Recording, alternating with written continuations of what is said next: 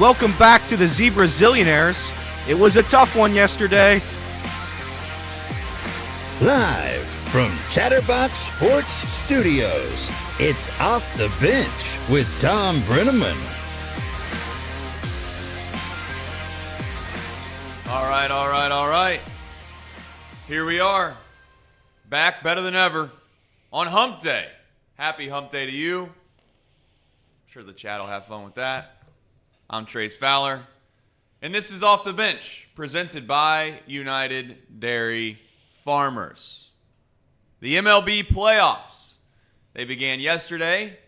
Is there anything better than October baseball? Crisp in the air. That was everything besides Tampa, because they play indoors, and on top of that, it's not very crisp in October. The Rangers, though, they came into Tampa and took Game 1 in front of a whopping 19,000 people. The lowest recorded attendance since 1919 in a postseason game. That game dealt with the Black Sox scandal, if you don't remember.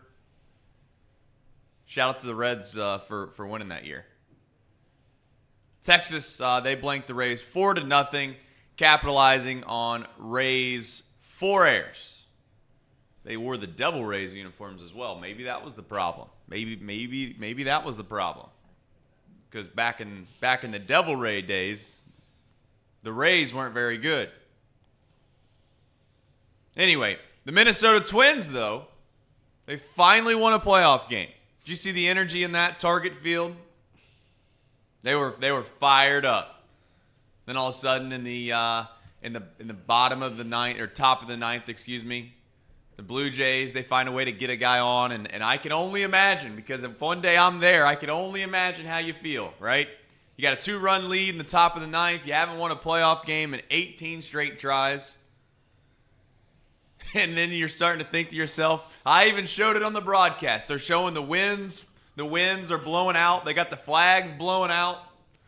They tried to build the anticipation and the drama, but it was all for naught. They would win 3-1 on the backs of Royce Lewis, of all guys. He had 2 home runs. And again, the Minnesota Twins snapped the longest streak, at least I've ever seen, in losing playoff games in a row, and they win 3-1 over the Rangers. One doesn't simply just march into American Family Field and win, right? We've seen that how many times this year? Well, the Diamondbacks, they were down 3-0 in the first 2 innings, and you're starting to think to yourself, here we go. You know how the Brewers are. You get it to the 6th inning and you got a lead, there's a really good chance you never get that lead. You never overcome the deficit. But the Diamondbacks might be better than we all have given them credit for. Corbin Carroll, and by Corbin Carroll, I mean Corbin Burns, gave up a home run to Corbin Carroll. And Marte also hit a home run, and they would win 6-3. Now, I don't know if you've seen it or not, but Corbin Burns, the guy that dominated the Reds many, many times, 4 innings, 5 hits, 4 earned runs. Tough scene for him. Tough scene now for the Brewers, because they are also going to have to find a way to win today, and they do not have their number 2 starter available. Woodruff has gone to the IL because of a shoulder issue, so they're going to turn to Peralta later today to try to save their season. It's amazing to me. It's amazing to me how you play this many baseball games. And maybe it's great. I mean, I'm not here to suggest it's bad, but maybe it's great. You know, the Rays, for instance, they won 99 games this year. They were going for win number 100 yesterday, and they lose, and now they find themselves in a must-win game today to save their season. It's wild. It's so wild. All right, Phillies, though, if you didn't see, they dominated the nightcap against the Marlins 4-1. Zach Wheeler went 6 2/3 innings, striking out 8. He gave up 1 run, and you started to remind yourself as to why the Phillies, went to the World Series just a year ago. On today's show, we have the host of this show, Thom Brennaman. He will be on at 10:30. We have picks. I'm sure we have mailbags. We got Spur in the house today. We got Elliott. Reed's obviously still gone. Casey's still hitting the buttons over there. Hopefully he can keep the internet abroad today. That'd be nice. We'll just blame. I'll tell you what we'll do around here. Anytime there's a technical issue, we're just going to blame Casey, whether it's his fault or not. I appreciate that. No problem, Casey. We're here to help. So we'll see if Casey can keep the internet turned on today. But we also have one more thing from Casey, and that is what? The stink list. He will share that today, and I'm sure it'll be a doozy. My guess is he's going to have 3/4 of the NFL at the very, very bottom. We'll see what it looks like, though. We'll go around the room, just overall thoughts. If you watched any sports from yesterday, any takeaways from the sports landscapes that happened all the way from our show yesterday to today, which was I know a ton of things that happened, Elliot. Yeah, I didn't get to watch too many. I was working yesterday, but I was following the box scores of all the games. No runs first inning. If you rode with me on that, I'm sorry you lost everything. It didn't win. I'm really sorry about that. It's just not going to work out for you if you ride with me. But at the end of the show today, we'll have another opportunity to ride with me again, and we'll hope the pitchers perform better. But the games were great yesterday. I don't know how the Tampa Bay Rays can excuse their sorry franchise for staying there when 19,000 people show up for a playoff game. I know it's 3 o'clock, but 3 o'clock seems like it's more than a half day of work. You're like, you know what, boss? All right, we'll head on out. We're all going to the Tampa Bay Rays game, playoff game for win number 100. Nah, nobody showed up. Nobody showed up. Nobody cares in Tampa. They're too busy riding rides at Disney World. I think that's in Orlando, but you get the point. It's just sad. The Phillies, they looked like one of the best teams in the playoffs yesterday. That was dominant by Zach Wheeler. It was absolutely brilliant. I was high on the Blue Jays. I'm very shocked that the Blue Jays lost that game. I was very low on the Twins. The Twins come from one of the worst divisions in the history of baseball in that AL Central. So good for them, though. They end the streak. Pablo Lopez, beast. That's all there is to it. Justin Tolles in the chat says, Elliot, just stop giving out gambling advice. Justin, let me give you a little tip here. This is an insider trading tip. Anytime somebody is hot one way or the other, you might say Elliot's cold. I think he's hot. Because last year, I might add, our good friend Quitter Paul, he was on a heater too, let me tell you. And he just could not find himself at all to win a bet. And boy, oh boy, let me tell you, on the other side of this wall, we were watching in 11, weren't we, Spur? Oh, the rebound rundown won me a ton of money last year. I would just tune in, scroll to the end of the podcast. Who's Paul picking today?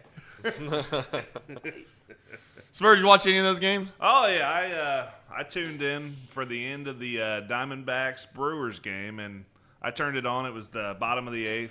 Goes to the top of the 9th. Devin Williams is coming in. I'm like, all right, there you go. We're going to see some excitement here in the bottom of the 9th because it's still going to be 4-3 because that's what Devin Williams does, right? Nope.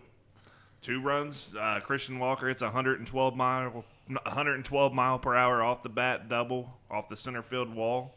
And I'm like, man, Devin Williams pitched against the Reds a lot this year, and I didn't see anything like that. So I went back and looked. 8 2/3 against the Reds this year. And how many hits do you think the Reds had against Devin Williams? 8 2/3. The Reds had. I mean, you obviously it's gonna be low. I'm gonna say 0. I'll say 2. 0. No hits. Not one. Not one. Man, it's crazy. Baseball's a crazy game, but 8 2/3. Red had 0 hits. Casey, how you doing, buddy? You all right over there? Yeah, I'm doing good. Just really quickly, super chat from Big C, the Wild Horse. I think that's Corey, the Viking helmet guy. Oh yeah. Here in football form, but just wanted to give a shout and say hello to the boys. My health is better, and I'm out of the hospital. Go Sports. Thank you, Big Corey, helmet Viking guy. The Wild Horse. The Wild Horse. I did not watch any baseball. I was helping Elliot and Harrison for setting up, and then I went to prep for my show and for the Clicker. And that was a really good show if you haven't watched it. Kasky did a really good job last night. So if you're really interested in how the Bengals are doing, definitely check that out. I did watch that for a little bit. I mean, obviously, my a couple things. One is the first time in a long time I didn't have something to do at night, so I tried to relish in that and kind of watch baseball. Watch baseball leisurely was a nice thing a little bit, not trying to be locked into every single pitch for the most part. I also think for all intents and purposes, I do, as much as I somewhat complained about the format, or I guess the idea that you're going for your 100th win yesterday and you lose, and now you're for all intents and purposes your season's on the line today as a Tampa Bay Ray player. Certainly the few fans that they have, they probably care as well, but it's one of those things where it's like, what else are you supposed to do if you're Major League Baseball? And we've talked about this a little bit on this show before, and what opportunities baseball could have to try to shorten the season. I guess I'll ask a simple question before we get into football, because we have picks to do, and we'll kind of get into that. Maybe let's get into that after Tom. Is that fair? What do you, Casey? How do you want to run this thing? For over the weekend, our picks, or the Yes. picks for tonight? No, over the weekend. Yeah, we'll do it. We'll do it over after Tom. All right, so we got about 15 minutes until Tom joins the show, and we'll touch on a plethora of subjects here with just sports in general. But the first thing is Major League Baseball, in this notion that you have to play 162 games. Some people think it's the nostalgia, the statistics, the things that you look back in the history books and you just can't change because, we all know the meaningful numbers that exist within baseball, and if you change the amount of games, then also all of a sudden you change the ability to kind of keep a fair idea. I think that should go away, largely because of this. I'll tell you what's changed right now, Elliot, and I'm not trying to take anything away from what Ronald Acuna Jr. did this year. I'm not taking anything away from that. It is an unbelievable, and that guy is an unbelievable baseball player. But the stolen base category now there has to be a small asterisk on it. The bases are a little bit bigger, and now how much you want to say that changed the dynamic of how many more stolen bases Ronald Acuna would have, I don't know. But Major League Baseball as a whole, stolen bases skyrocketed. Do you ever think that they should change either the amount of games or the way in which Major League Baseball goes about the regular season? Yeah, I've been out on 162 games for a while. I think it's nonsense. I think the whole, either the last month or the first month, needs to be wiped off. I think 162 is too many games. Now the issue would be, and you've said it, MLB is rooted in it's America's pastime. It's about the history. It's a sport that fetishizes records and stats, statistics. There's a movie on a team that used statistics to get to the playoffs. So you go throughout the MLB's history, and it's like all of this is cemented, which makes it it's almost nostalgic. Every time you watch baseball, it's a little bit nostalgic. You feel good about yourself because there's been so many good moments in the past, and there will be in the future. All the statistics come together. But saying that, when it comes to the last month of the season and we got some teams not trying, there's an issue, and I think that's a problem. I think the MLB's had a tanking problem for quite some time. Phil Castellini said it this year. I know people don't like to bash on the Castellinis anymore. I still do a little bit. Phil Castellini said at his brunch before the Reds season that half the teams are eliminated before first pitch on opening day. It's a tough attitude to have. But in a sense, he is right. 162 games is such a long stretch of time. It's such a long period of time. It's hard to stay consistently good throughout that entire stretch. I would say it's more fun. It would bring on more chaos to have 30 less games. Now, I don't know. And again, Trey said it. These records are already starting to have little tiny asterisks. We have the juice balls of 2021. I don't know if you remember that, but MLB juiced all the baseballs. So there would be more home runs. I think every team set their franchise record that year. And little by little, the MLB is starting to do this thing where they change all the rules, like pitch clock. Pitch clock, I think, is starting to affect pitchers. It's starting to affect hitting. So, yeah, I think a shorter season would be better. I think it would be significantly better, more fun, more entertaining. Yeah. I guess anything from over there? I'll be honest. I used to be against the 162 games. I really did. But with the rule changes now, I mean, I think coming into September, I think 19 or 20 teams were still alive for the playoffs this year because they've added that 6th team to the playoffs. I think that was a big change for baseball. There's no more 3.5-hour drag-out games. The games are getting done in 2.5 hours, pretty much. That's about tops now, what they're lasting, sometimes less than that. I think the pitch clocks helped a lot. All the changes, 162 games. It was fun this year, and I mean, if you're one of those 19 or 20 teams that get to September, it makes the season fun. I don't really have a problem with it anymore. So my problem is, like, you get rid of a month, it's only getting rid of 20-something games. I mean, 140-something is still a lot. Like, I don't think getting rid of a month really solves anything except for, like, ending the season sooner. Like, I don't think the issue is necessarily the timing of the sport, like the season. It's more of there's just so many to watch. And I don't think you're going to be able to fix that. I thought this season went by, honestly, pretty fast. Maybe it's just because we cover the sport and we talk about it every day. And, you know, it's only 4 or 5 months. It's one of the shorter seasons in all of sports. So, I don't know. I enjoyed it. I mean, like you said, Spur, if you're one of those teams that are in it, it's fun. It comes down to it literally came down to the final 2 games for the Reds. But to Elliot's point, the teams that are just giving up and quitting, like, I don't know how you fix that. I think you're like, going to get that regardless. I mean, you're going to get that in every 140 sport. games, there's still going to be teams like the White Sox and the Royals. Sure, you get that. There's going to be bad teams regardless. Yeah, you get that with the NFL right now. I mean, there's teams already quitting. Like the Bears are in trouble. If they lose tonight, I mean, their head coach is fired and their season's done. Same thing with the Broncos. Like they're right there on the verge of. Yeah, but I think to counter your point, Sean, or Bear, however you like to be preferred in this show. Bear. Mr. Bear. Mr. Bear. I like the run that the Reds had this year. If our season was cut a month short, we wiped out that first month, the Reds would be in the postseason. I think it gives teams that don't have as much of a chance, it gives them more reason to keep playing, keep fighting hard till the end.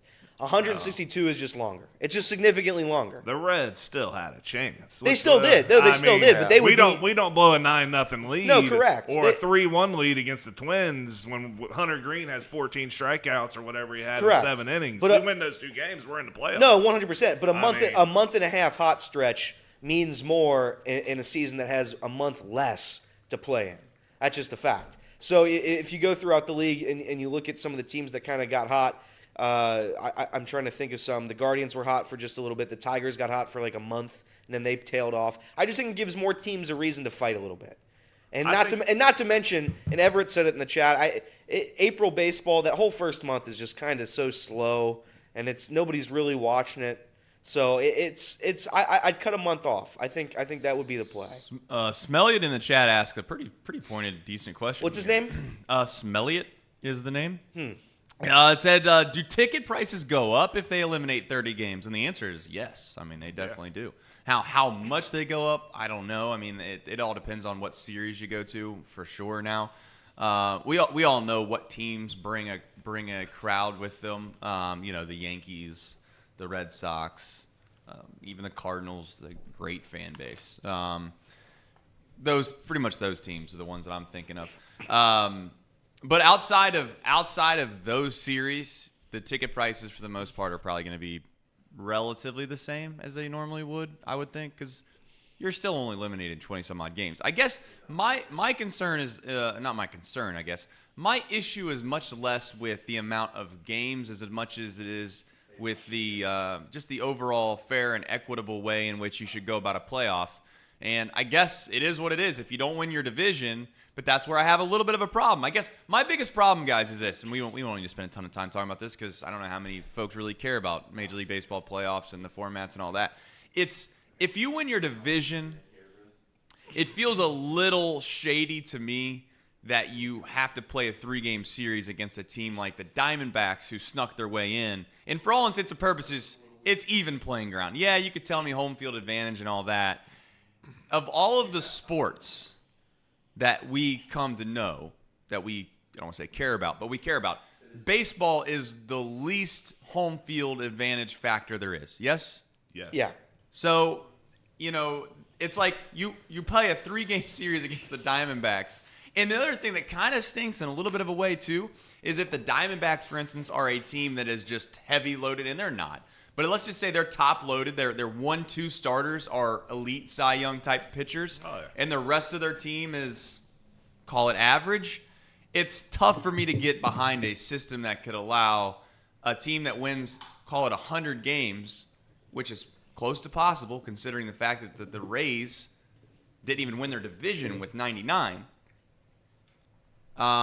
could possibly be in a situation or a scenario where you got to play a 3-game series against a team that should not be in the same even stratosphere as you. So we'll see how, like I said before, how it ultimately plays out. I'm rooting, I guess in a way, I'm rooting for the Rays today. Not because of their fan base. I get all of that. I get why people are saying they have the worst fans in the world, this, that, and the other. But I just want to see a team that deserves to move on, to at least play a 5-game series, move on. And I would even put the Brewers in that category. But unfortunately, for the Brewers' sake, they lost their number 2 starter. And this is what I was saying right before the show started. Could you imagine if you were all, for the most part, Reds fans here, could you imagine the Reds winning, how many ever games that the Brewers won this year? You win the Central going away, not even worried about winning the Central about a month in before the postseason. You win, and you find out that let's just say whether it's Graham Ashcraft or Lodolo or Hunter Green, whoever we would have suspected would have been our number 2 game starter has to go down, and now he's on the IR. And that's a tough break for the Brewers, especially for a Brewers club, if we're being honest, to where many are believing. Now, you never know because no one knew that the Reds were going to win 82 games this season. But if we're being honest with ourselves, this is the Brewers' probably final year. This is their last go-around. After this year, I would even suggest that the Brewers probably, if I had to guess, next year, again, all this is forecasted stuff, I would guess the Brewers would be ranked to finish maybe 3rd in the division next year. I could even make an argument they could finish 4th in the division next year. You got the Reds, yes. You got the Cubs. You probably have the Pirates, who I think are probably the most underrated team in Major League Baseball. And then the last, I guess I would say that, who knows? The Cardinals are still there. People still think the Cardinals can make a bounce back. They need pitching. But the Cardinals are in a spot where they do need some pitching, and pitching obviously trumps most things when it comes to a 162-game season. Fortunately, we get to bring on a guy that knows a thing or two about baseball. Has been around baseball for a very long time. Now, he's going to sit here and play humble pie and tell you, I don't know how much I know about baseball, blah, blah, blah. But we'll ask him the same question. Thom, do you see the fact that Tampa Bay is on an elimination game today? They won 99 games. They lose 1 game. They have an elimination game today. The Brewers won the Central going away. No problem at all. About a month left. They weren't even worried about winning the Central. They win the Central. What's their reward? They lose 1 game to a Diamondback team that snuck into the postseason. And now you find yourselves on the outside looking in. But statistically speaking, they probably are not supposed to win this series now. Well, look, Trace, that's the system you play in. If you stop and think about it for a minute, here you have Minnesota and Milwaukee as champions of the Central Division in each league. And the Central Division in each league, in my opinion, was by far the worst division in each league. Okay? Now, you're not playing 18 games anymore against that division like you used to before this year with a more balanced schedule, but you're still playing them 12, 13 times. Milwaukee and Minnesota, they knew the rules going in, just like Tampa Bay knows the rules going in. You get one of the top 2 records in the league, you get to advance in the second round without playing in the opening round. That's just the deal. I heard you talking about, rightfully so, what's going on with Brandon Woodruff. It's really a shame for this Brewers team because, they've been in the playoffs 5 of the last 6 years, and here they are in a market very similar to Cincinnati. Their general manager, president of baseball operations, David Stearns, for many, many, many years left to go to the New York Mets. And Craig Counsell is a free agent at the end of the year as far as their manager is concerned. So believe me, I've rooted for Milwaukee to do well in the postseason for a long time because I'm friends with Craig Counsell. I'd like to see them play well and do well. But, hey, those are the rules you play by. So that's the way it goes. And you have the chance on the field. You just played 162. You got a chance now to beat, in Tampa's case, to beat the Rangers. In Milwaukee's case, to beat Arizona. And look, Milwaukee went to the post last night with one of the 3 best pitchers in the National League. And he did not get it done. And Arizona went to the post with its 3rd or 4th starter last night because they had to play to the end just to get in. So they haven't even run out their 2 top starters. And I'd make the argument in the National League. You can make a serious argument that Arizona has the top 2 starters on any team that is in the postseason this year. Does that mean they have the best team? No. So Milwaukee's in trouble here. They're in big trouble. Yeah, that's you bring up a fair point, right? At some point, the rubber meets the road, and you're just going to have to get it done when it matters the most. And the Brewers, and for the lack of, the Rays as well, they just did not get it done. All right, most of the folks that are obviously tuned in, they, I'm not saying they could care less about baseball, but certainly if the Reds aren't a part of the conversation, then for unless it's for the World Series, maybe there's not as much of an interest. That said, by the way, Trace, Sir before you get to baseball, Sir Boy here, this was a guy that was telling everybody about the hype with Ellie De La Cruz, right? I mean, he was one of a whole laundry list of you guys that wanted to make a bust already for De La Cruz to go to the Hall of Fame. I'm not going to say any more about it. Fair enough. Well, I mean, we'll talk more about it Monday. Well, I don't know if he was talking about that, Tom, or if he was talking about the idea that the Bengals can maybe get back on track. Now, I think that's where the vast majority of this audience would prefer to talk about. We've obviously discussed it at length around here. You've maybe, if you've tuned in for just a short amount of time, you've seen the passionate arguments that we have on both sides of the aisle of the Joe Burrow backup quarterback situation. How much of this falls at the feet of Zach Taylor? There's a whole host of pointing or finger pointing that you could do for this Bengals team right now, and the defense certainly could be lumped into that mix as well. Yep. When you watch these games, what's the biggest thing that stands out to you right now, and where's your biggest frustration lie?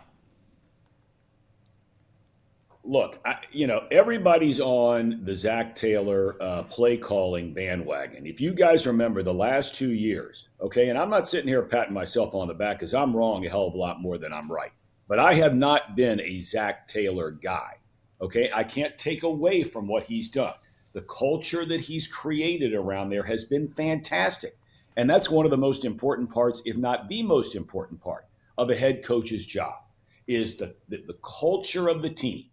And he has done a phenomenal job with that. But he has not done a phenomenal job play calling, even when they've been winning.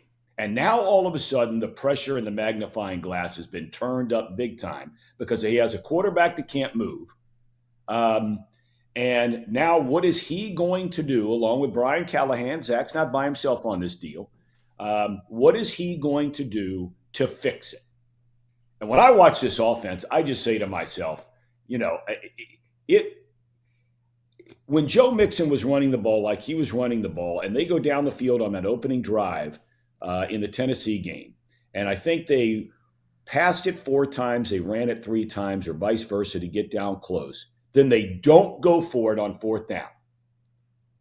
To me, that is just basically saying, we're not taking it to you. I thought they were taking it to them by getting the football by winning the coin toss. I thought that meant we're going to come out and we're going to take it to you. No, that's not what we're going to do. We're going to run it on 3rd down and get down to the 1.5, 2 yard line, and we're going to kick an 18-yard field goal. Look, Anarumo's not free from blame here, but we asked the question. How many times are the Bengals better today than they were at the end of last year? I knew it was coming. Right? I'm not saying that I'm not sitting here patting myself on the back. All I was doing was asking a question. If you were an objective Bengals observer, and you had Von Bell and Jesse Bates, I wondered out loud how in the world you're going to give Logan Wilson and Jermaine Pratt long-term contracts. There aren't 5 linebackers in the NFL that are on long-term contracts because everybody throws the ball, except against the Bengals when they can run it for 5.5 yards a carry. I mean, who does that? And now all of a sudden, Logan Wilson's been great in the pass game. Where is he in the run game? Where is Pratt in the run game? Where's anybody in the run game? I tell you, it's just amazing to me. And I know you asked, what do I see as the biggest problem? There are just so many. It's incredible. And I didn't see this coming. I don't think anybody saw this coming. But it gets down to the Burrow question. And I've watched you guys a lot here, especially the last couple of days. Look, if anybody believes anything other than what I'm about to say, they are just not tuned into the real world, okay? When these decisions come down, with all things being equal, outside of Joe Burrow walking around on a broken tibia, okay? If this is one of those you can play him, you can't. It comes down to 2 things with players in the NFL and franchises. It comes down to, by far, number 1, money. Money. It comes down to money. And number 2, it comes down to where were you drafted. You're going to get multiple chances if you're a first or second round draft pick. If you played that same way and you were a 5th round draft pick, your ass is out the door. For somebody in the Bengals organization to not step in there after watching what we've watched for the last 4 weeks and say, you know what, Joe, we're giving you the next 2 games off. Then you get the bye, and let's see where we are. This is ridiculous. I love Joe Burrow. He's a gamer. He wants to play, but he can't play effectively. Now, maybe they go out and throw 50 this week, and I look like an idiot. What do you think? No, you've heard what I've said sitting back here from really from the beginning. I'm not going to sit here and do, as you said before, it's hard to be in a spot where when you've said something from the beginning pans itself out and continues to be true, and then sit here and boast about it as if you know everything. I'm not suggesting for a second, just as you mentioned before, I'm not suggesting that I know everything that there is to know about how you go about managing these situations and not.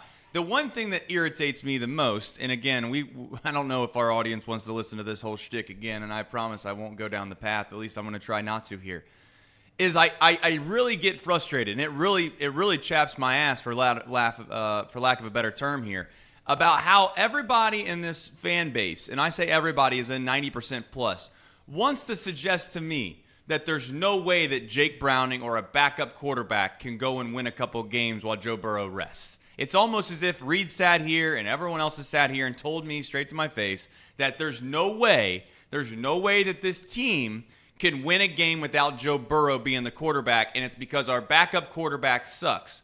And the only reason I get frustrated by that is, one, is what you just said.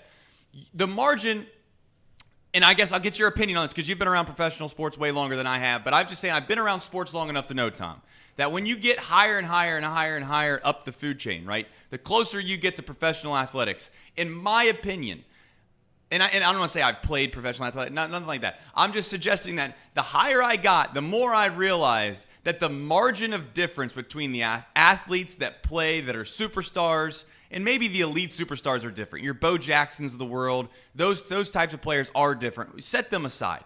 But your traditional professional athlete to your backup professional athlete to even what I would call your fringe major leaguer or professional athlete are very, very good players. The difference often is maybe confidence or an opportunity.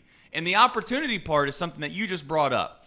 It's about money. It's about where you got picked. You see it all the time in minor league baseball. You got a guy that's hitting 330, and he's hit 330 at AA all year long. And he doesn't get called up immediately. He doesn't get rushed to the big leagues. Why? Because he got drafted in the 17th round, and he's just somebody that nobody has an agenda on getting to the big leagues. I know that the NFL is a little bit different, but I'm not bought into the idea, Tom, and I never have been, that Jake Browning is a horrible quarterback. Do I think he's better than Joe Burrow? Of course I don't.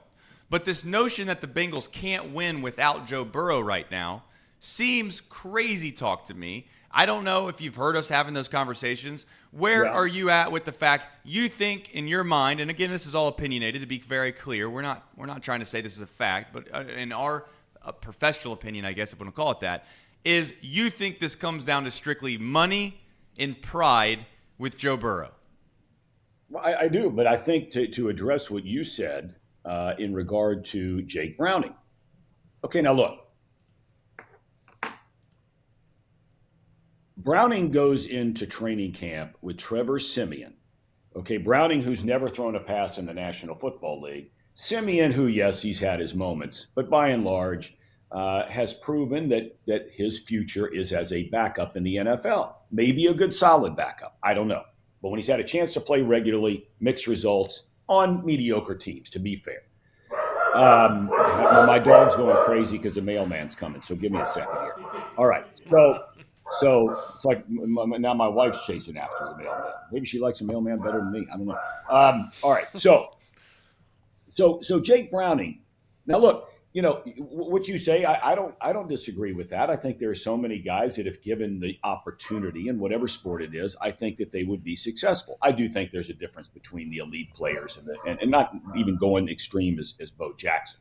You know, there's a reason why Joe Burrow is Joe Burrow. I mean, he was a backup guy at Ohio State. He finally gets the opportunity, right, at LSU. You saw what happened. Here he is today.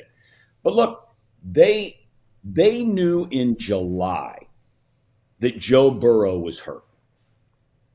July, Trace. That is 3 months ago. They knew in July he was hurt. They knew the day he got hurt. This wasn't a 3, 4, 5, 7 to 10 day kind of deal. They told us right from the get-go, this is a 4 to 5 to 6 week deal. So what does that mean? It means Jake Browning got all the reps in practice. You must have seen something you didn't like because you brought in the kid from Dallas. You made a mistake by not putting him on the 53-man roster because you thought that 53rd spot was too valuable on some 9th cornerback that you might lose, okay? So you let him go. Patriots swoop him up immediately. Now you're bringing in A.J. McCarron. Well, I don't know how long it takes A.J. McCarron to learn the Bengals system. I don't know.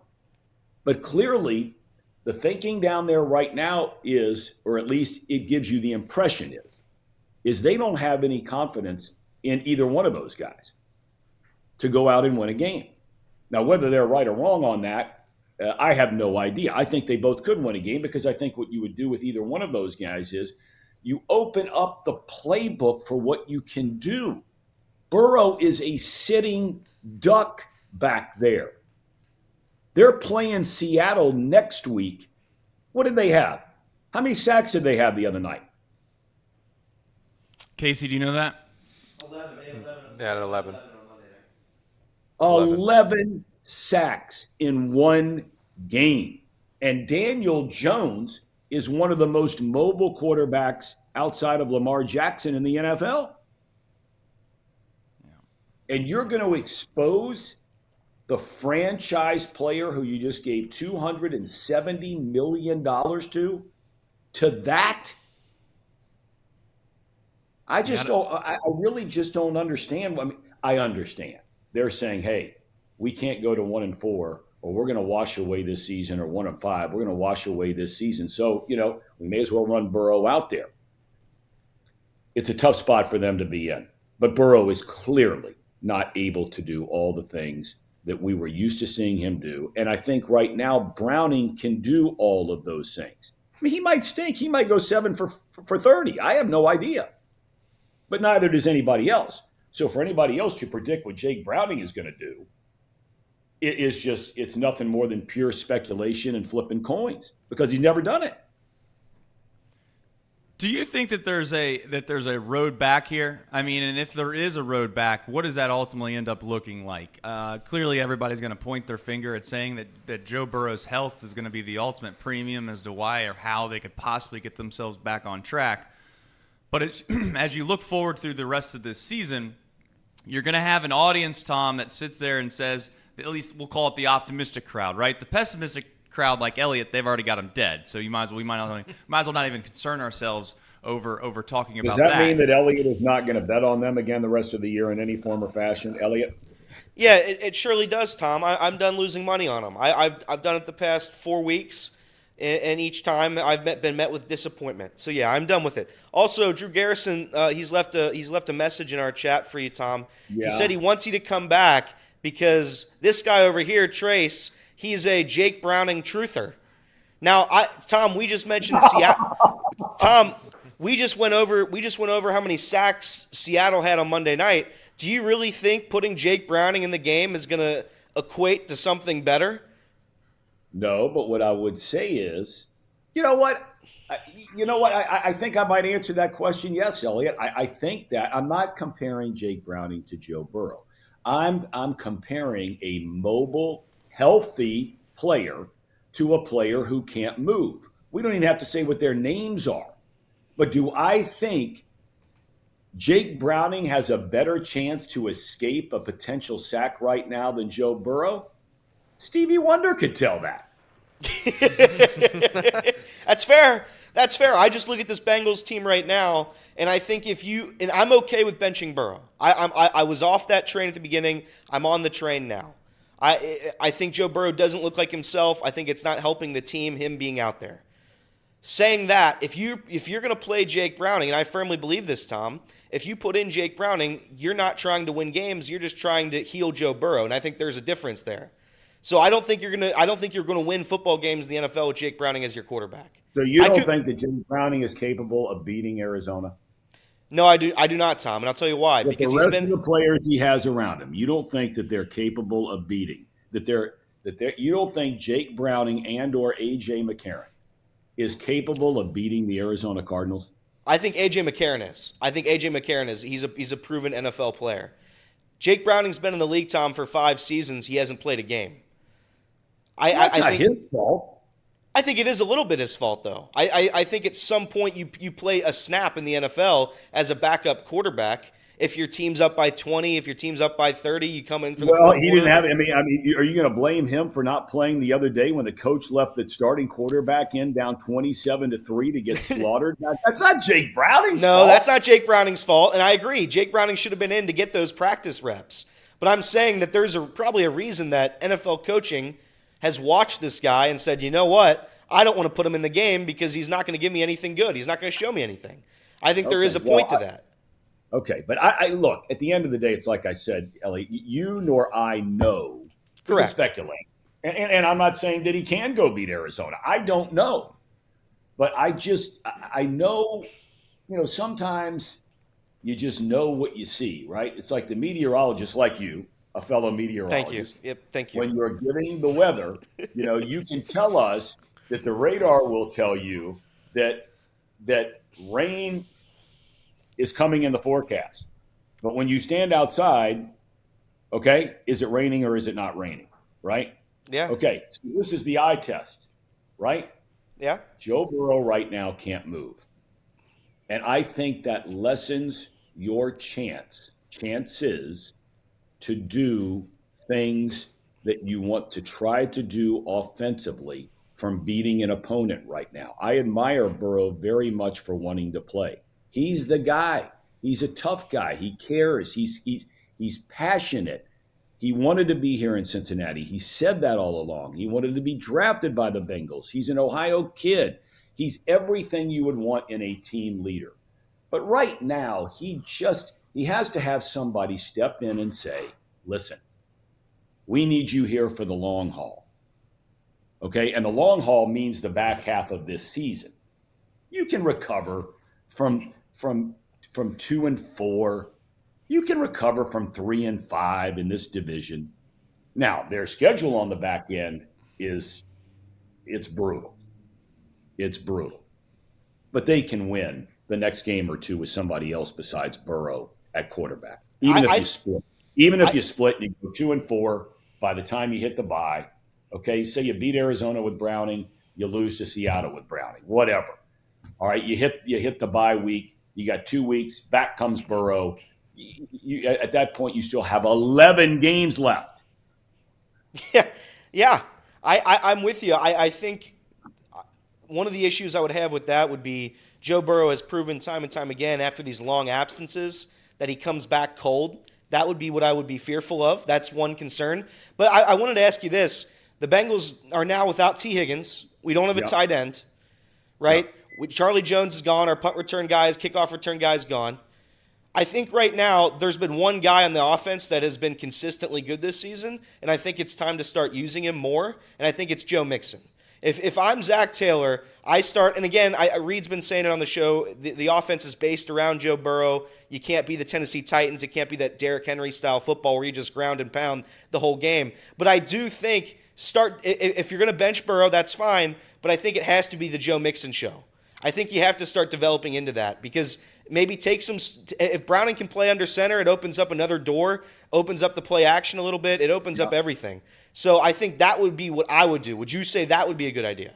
I think you're spot on there, Elliot. I really do. I mean, I've thought that for the last 2 years, that Mixon should be more involved in the game planning.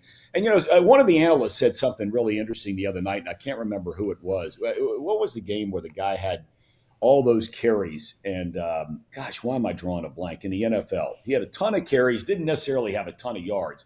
But the analyst said, look, I'm not going to get wrapped up all the time in the yards per carry thing.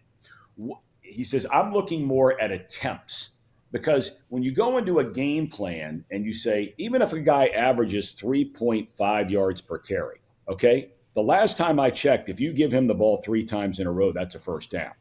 Okay, yeah. Even if it's only 3.3 yards per carry, right? Or 3.4, you're there.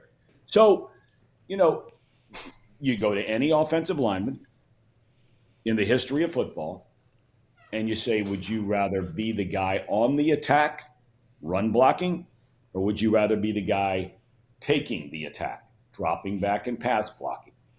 This group showed very good glimpses of being able to run the ball against Tennessee. Does that mean every time you're going for 4 and 5 and 7 and 9 yards? No, it does not. Is there going to be a 1 or 2 yard loss? Yes, there will. But look, for anybody to say that your offense is built around this, and you cannot all of a sudden now, at least for a short period of time, morph into this. Did anybody remember the New England game last year when they beat Buffalo and they threw 1 pass in the game? Yeah. Does anybody remember that game? Yeah. It was the rain game. It was because the wind was blowing 60 miles an hour. It doesn't matter. And look, Mac Jones, that's a different topic. But the bottom line is they beat the Buffalo Bills by running the ball like 50 times in the game because they couldn't throw it. You can all of a sudden become something different on a game-by-game basis than what your overall philosophy was meant to be because of an injury. These guys are smart enough and they're paid a lot of money where they can figure it out. And they're not even attempting to figure it out, at least from what I've seen. Maybe you guys disagree. Tom, you bring up a good point. That was the analyst that was on the Bengals game, and what he was saying was, and at least is again paraphrasing here. I don't know word for word what he had said, but what he was suggesting was that when you give a certain running back a certain amount of attempts, what it allows, and you don't get wrapped up in the yards per carry, but what it allows for is more of the boxing analogy where you're taking body shots in the first and second round, and it's hard to kind of see the I guess the amount of effectiveness of what that looks like early in a game or early in a boxing match. Those body shots don't look like they're hurting, so let's go away from it and let's just start trying to knock a guy out by hitting him in the head. When in reality, those 2 and 3 yard gains or whatever it may be at the beginning of the game, they start adding up in that third and fourth quarter, and that's what that analyst was suggesting. And I thought it was actually a pretty good insight on the idea that we do sometimes get lost in the idea of how many yards per carry is a guy averaging in the first half, and how effective does that look? And I think when you watch that first drive of the game against Tennessee, it really did feel like, and in fact, I think there was some people already tweeting, maybe prematurely, but they were tweeting about how the Bengals offense looks like they were back, right? Yes. They looked in. I thought the same thing. They looked in flow. They looked in flow. They were handing the ball off. Joe Mixon was gashing them for 5-6 yards. And to your point, maybe the biggest question of that entire game, and it gets lost because you lose 27-3, is you don't go for it on fourth down when you have the ball inside the 3-yard line. And to your point, I don't know if that's a decision that haunts Zach Taylor or not. Reed says saying Joe is healthy after the bye is just as speculative, if not more, than saying Jake Browning isn't going to win a game. Okay, you have a thought on that? I'm not going to disagree with that. I mean, that's for sure. But if you just use normal medical logic, okay, if you use a logic, what's the one thing people tell you to do when you get a pulled calf, a pulled groin? You tweak your knee. You hurt your bicep. You have the flu. What do they tell you to do? What's the first thing they tell you to do? Rest. Rest it. To try to get better. So there is no comparison between speculating on is there any guarantee that the 3 or 4 week rest would get Joe Burrow better? No, but there's no guarantee on any injury he's ever going to get better. Nobody has a crystal ball that says, or some, you open up some medical book and says, if you do X, A, B, C, and D, you're going to get better. Well, the one thing everybody does universally agree on is you enhance your chances of getting better if you're not running around on it every day, in this case with a calf. I mean, am I wrong on that? No, you're not wrong. The other thing I want to bring up too, really quickly, for those that are really concerned that Jake Browning isn't going to be a guy that can win a game in the NFL. Until this year, Josh Dobbs has not won a game in the NFL. He'd only started what appears to be 2 times in the NFL before this year. He was 0-2 for the Tennessee Titans. He had thrown 2 touchdowns to 3 interceptions. And now the Cincinnati Bengals fans want to sit around and suggest, or at least a portion of them want to suggest, that Josh Dobbs is the guy that's going to lead the Arizona Cardinals to beat the Super Bowl caliber roster, the Cincinnati Bengals, with a backup quarterback, no matter who you put back there. So, well, look, but you have to admit, Trace, you have to admit, okay, you have to admit, and this is where when I'm sitting there and I'm looking at teams around the league and trying to watch some games, whether it's a Sunday ticket or watch a full game, whatever, but you have to admit, you look at Dobbs. Now, Dobbs has been around the block. He basically was the same guy Jake Browning was. They were outstanding college quarterbacks. They came into the NFL. They've really never been given a chance. Yes, Dobbs more so in Pittsburgh than Browning has been given in his career. But they're basically the same guy, okay, basically. All right? You look at Brock Purdy, the last pick in an NFL draft. Those guys look like New England when Brady was there. And so you say to yourself, wait a minute now, Arizona's putting up 20-something points a game, close to 30 points in a couple of games, right? Their roster would be nowhere close to being on par with the Bengals, yet they have found a way to be competitive, highly competitive. They have led every game they have played this season in the fourth quarter. They have had a lead in the fourth quarter. Can you say that about the Bengals? And that highly touted, ballyhooed roster they have down there? No, you can't. So what's the difference? What is Kyle Shanahan doing that Zach Taylor doesn't do? I don't know. But all I know is it doesn't matter if it's Jimmy Garoppolo or whether it's some guy that nobody's ever heard of in Brock Purdy. All I know is I look up in every game, they're scoring 30 and 40 points. And they're figuring out what to do. Now, you can say, well, they got Christian McCaffrey. Look, there's no doubt Christian McCaffrey's an unbelievable back. But Joe Mixon's a pretty damn good back. I mean, he's had a hell of a career. He can run the ball. He can catch the ball. They've got this offensive line that they've spent a king's ransom on. Let the guys go block for Joe Mixon and see what happens and see if you can't do something offensively. Change it up, because what you're doing right now ain't working.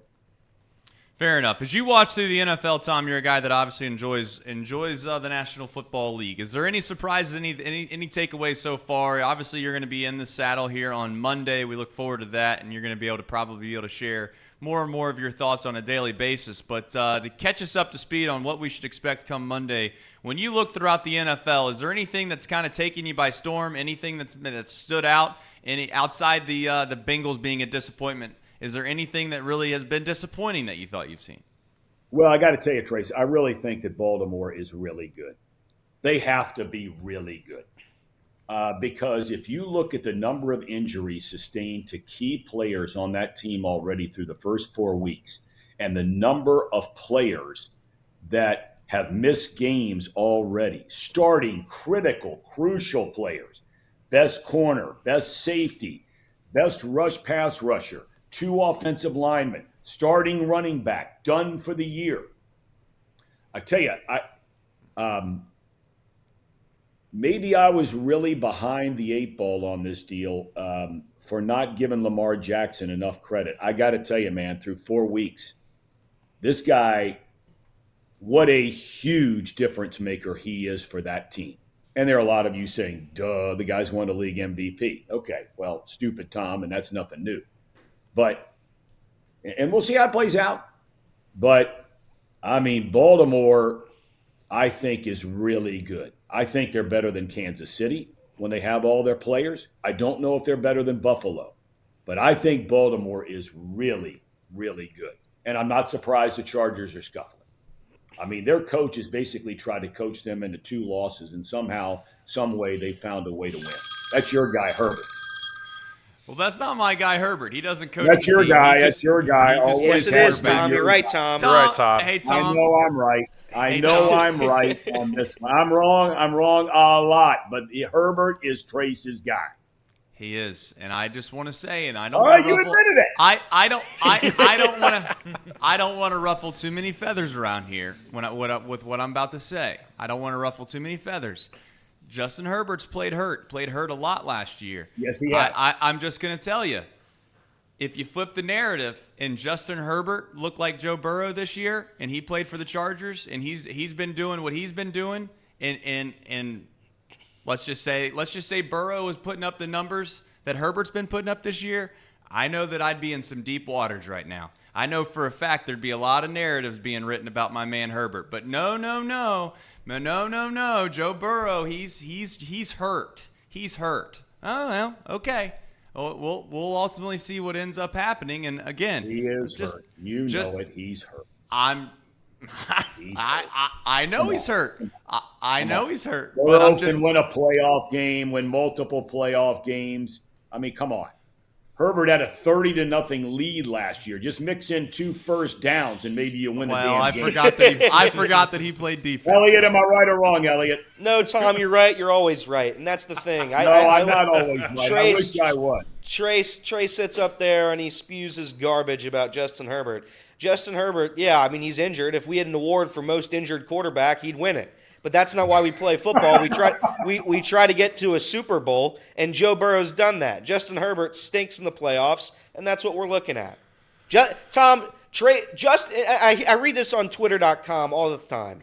If Justin Herbert had Tyreek Hill, if Justin Herbert had Randy Moss in his prime, Tom, I mean, what are we doing? Justin Herbert has Keenan Allen, which is an elite wide receiver. He's got Mike Williams, an amazing deep threat. He's got Josh Palmer. He's got a bunch of guys over there that can catch passes. And time again, he falls short in the postseason. So I don't want to hear it. Justin Herbert has come up short in his career. He's a very good quarterback. He's very talented. But if you're going to sit here and compare him to Joe Burrow, who's been to a Super Bowl and back-to-back AFC championship games, I just can't hear it.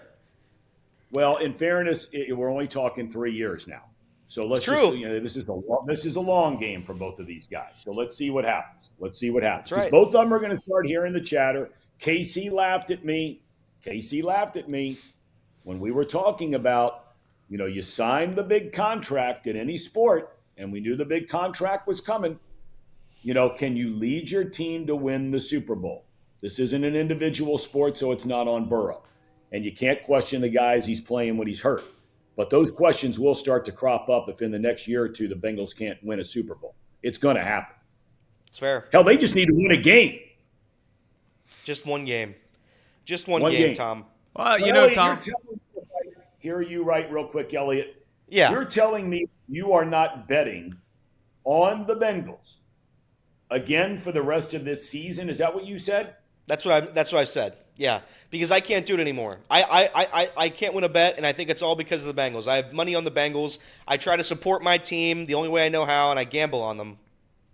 So I do my job, and the Bengals just let me down time and time again. So I'm done with it. In fact, I might just start betting. I think the only option I have left, Tom, is to start betting on their opponents. That's the only option I have left. Because I either win, the Bengals win, and I'm happy, or the Bengals lose, the season's over, but I win their money.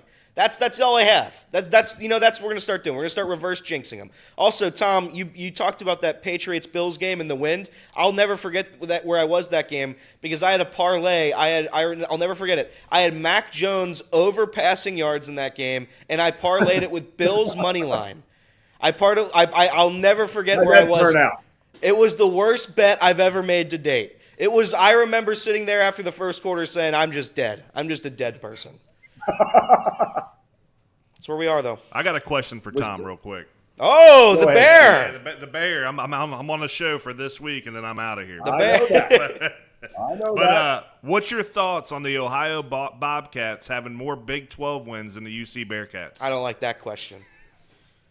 I don't like that question at all, Tom. Don't answer that. If you go to the Athletic, right, and you look, they rank the top 133 teams every single week.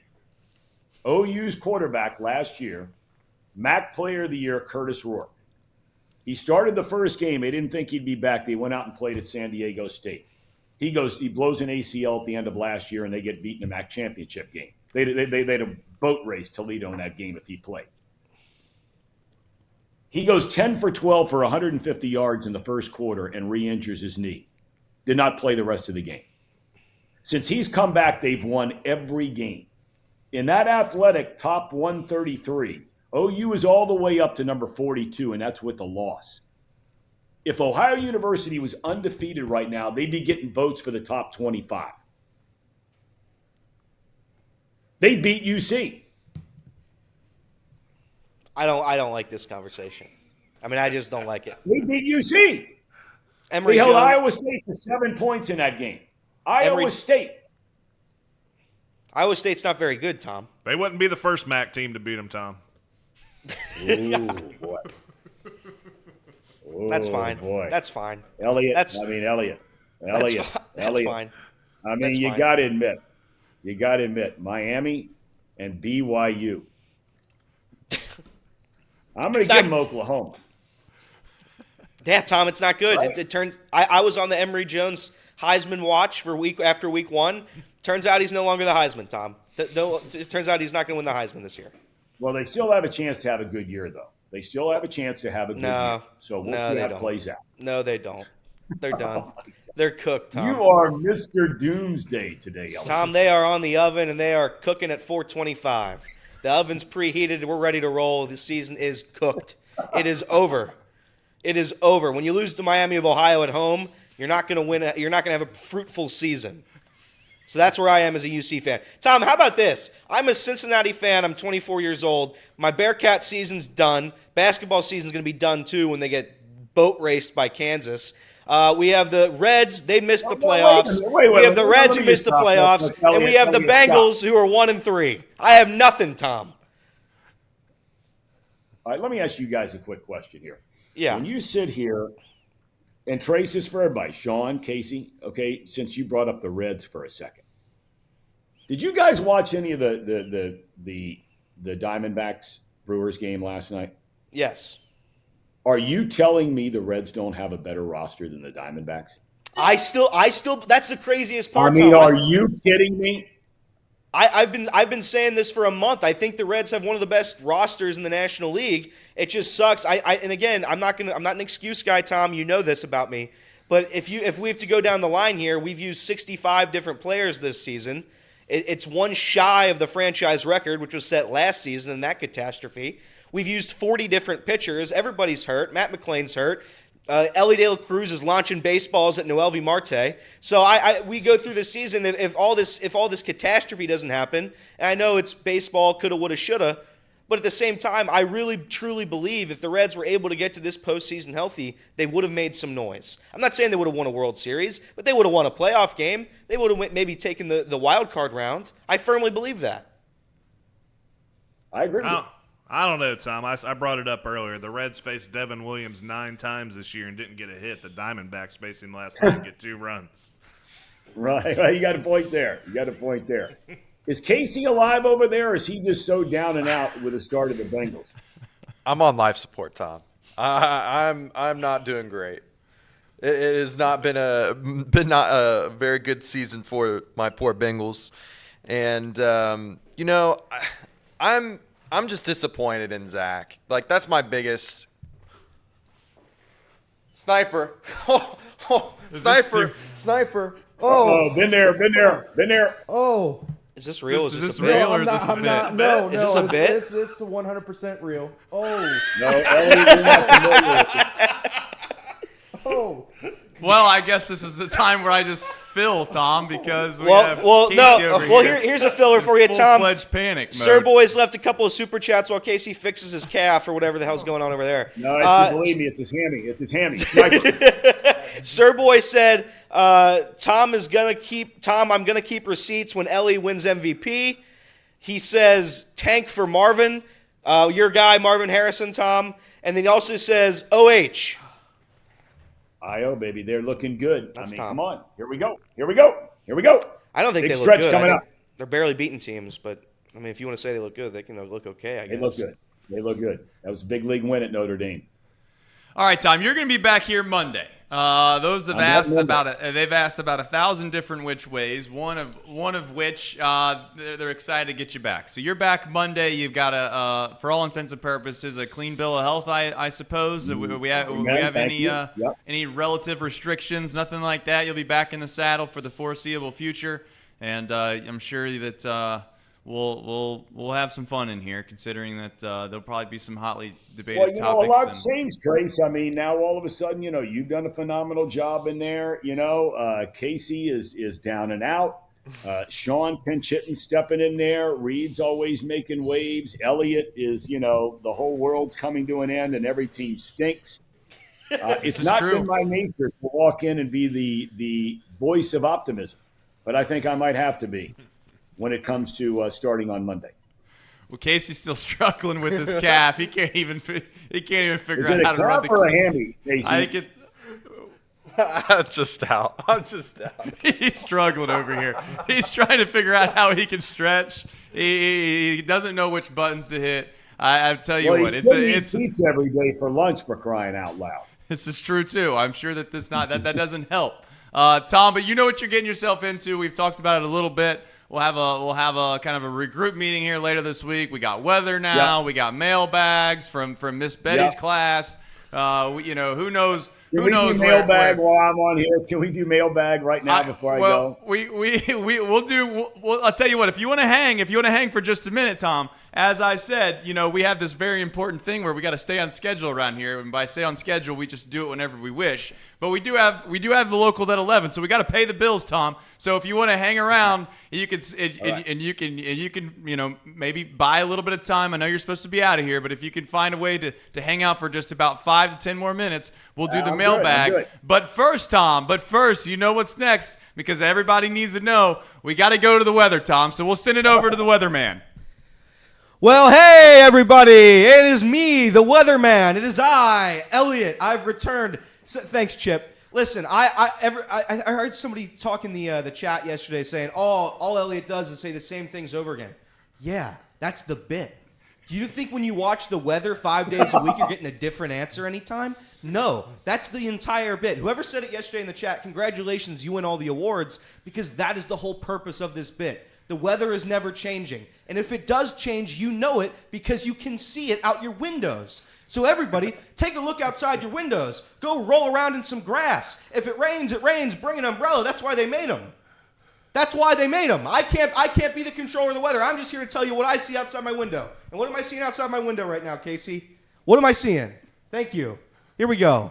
I am seeing 75, 80 degrees, sunny, might be a cloud or two. Thursday, some rain, maybe. Maybe. I'm going to say, if I said it rained and then it didn't rain, I'd look like a jackass. So I'm not going to say that. Instead, I'm going to say, it's actually a lot like gambling the more I think about it. These meteorologists are out here gambling every day.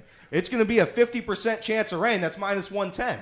That's minus 110 for rain tomorrow, guys. So everybody go place your bets right now. Betfred Sportsbook. Those odds will not be available. But if you go place it right now, minus 110 on it to rain tomorrow. Good odds, fair odds. But obviously, if you lose, most of that money's going to the book. So there it is. Casey, there's your phone. I don't care anymore. Weather, back to you, Chip. All right, thanks. This is the part of the show where you have to buy time, just enough time to try to figure out exactly what it is that we're going to do for Casey. But and give it right back, Chip. Give it right back, Chip. Give it right back, Chip. Listen, I didn't finish my weather report. Casey. I didn't finish my. Nope. I don't care what it looks like up there. We're going right back. We're going right back to the weather report. Listen, if I wasn't clear enough, guys, you're going to go outside today. It's going to feel good. Again, you've been hearing it on the microphones. I've had a cough for 3 months. It won't go away. I'm trying. I think it has something to do with the dust in my car. I'm not entirely sure. Trace made fun of my car yesterday. Chip. Sorry, Chip. But yeah, the weather, it's going to be great today. It's going to be okay tomorrow. It's going to be decent Friday. And then the cold front. I saw somebody said they want a cold front mention. You already know the cold front's coming in. Why are you asking for it? You already see it. That's the whole point of the phone. That's the whole point of this bit. So yeah, it's going to start getting cold starting next week. Happy Halloween. Here comes Thanksgiving. Sooner you know it's Christmas. And then next year it's opening day in about 177 days or something like that. Other than that, back to you, Chip. Quick question for you. Yeah, question Go for ahead, you, Chippy. Weatherman. Yeah, Chippy. Weatherman. Go ahead, Chip. Weatherman. Chippy. Here's the thing, Weatherman. What kind of vehicle are you driving? Because I thought that most meteorologists had a good paying job, and you know what? The other day I took a look, and I'm just like, what do we got to do, Mr. Weatherman, to possibly get it up? And you blamed it on your previous employer. You didn't even have the heart to tell me that you need more money. Yeah, well, listen. We don't ask a man how much he makes. We don't. But if you were to ask me how much I made last year, it was $10 an hour working for one of the most prestigious radio stations in the world. But again, that's only if you ask me. I'm not going to tell you the truth, but that's just what I made as a producer there for working one of the biggest shows, networks in the nation. But again, I'm not going to say anything about that. I drive a 2003 Chevy Impala. The thing works like a beauty. How many miles? 186,000. Not to be confused with just 186. It's got 100. It's got 186. It's got 186,000, and it's worked like a charm. It's worked like an absolute beaut. The only issue is if I'm stopped for too long, it will overheat and the engine might catch fire. That's a real thing. But other than that, back to you, Chip. Whatever. That's why we got to do this. That's why we got to pay the bills around here, so we can maybe get Elliot a couple $100 more a month around here, where we might be able to get him a vehicle that doesn't overheat if he stops at the stop sign too long. And by all means, if you have to wait at too many stop signs around here, there is a chance in Hamilton, as Elliot will tell you, that there are pedestrians that might stop you from being able to move. So we're going to send it back over here to the best ad reader in the game, Casey McAllister. Hopefully you can get through it without your calf or whatever issue you got going on over there. Thanks, Chip. The Bengals Report is brought to you by Encore Technologies. Encore Technologies provides IT solutions for a data center world, complete with a suite of services from mobile computing to desktop to data center, supporting both centralized and work-from-home computing modules to improve efficiency and Productivity. Visit encore.tech. The path to innovation begins here. And boy, did I need this. Pawnee Water. It's a new premium alkaline water. It's not so new anymore. It's been out for a while. This stuff tastes great, and it's great for when you have cramps, like I just had earlier. Made right here in Hamilton, Ohio, it uses natural limestone filtration, unlike the artificial processing that other brands use. The result is a healthy alkaline water, also known as the best tasting water in the world. Go visit Pawnee Water at PAHHNI water.com to see where you can buy this great tasting water. And for me, it's going to help with my cramps. You're setting yourself up there, Casey, for some jokes in the chat, but that's here nor there. All right, let's get back to it. We have a mailbag to do. Thom decided he wanted to wait just to hear the mailbag question. Is Thom still here? Thom is still here. We're gonna do the Oh, Tom, you should have left, man. we're gonna do the mailbag question of the day, and we'll let Elliot tee it up, and we'll see what Tom has to say. Run the clip. We just got a letter. We just got a letter. We just got a letter. I wonder who it's from. Well, hey everybody! If you're new to the show, if you're new to the program, we have a segment here where basically we take questions from kids around the tri-state area. They send them in droves, so we have a plethora of questions to get to today. But we're going to start with one. We're going to just get this select one. This is Little Walt. This is Little Walt from Mr. Disney's class. Little Walt. He says, my daddy took me to the Tampa Bay Rays playoff game yesterday. The ushers asked us to place an article of clothing on each of the 5 seats next to us to make it appear filled. Daddy told me they should move the franchise to Nashville. Should they do that? Yes. But too That's late. fair. They've already approved the new stadium.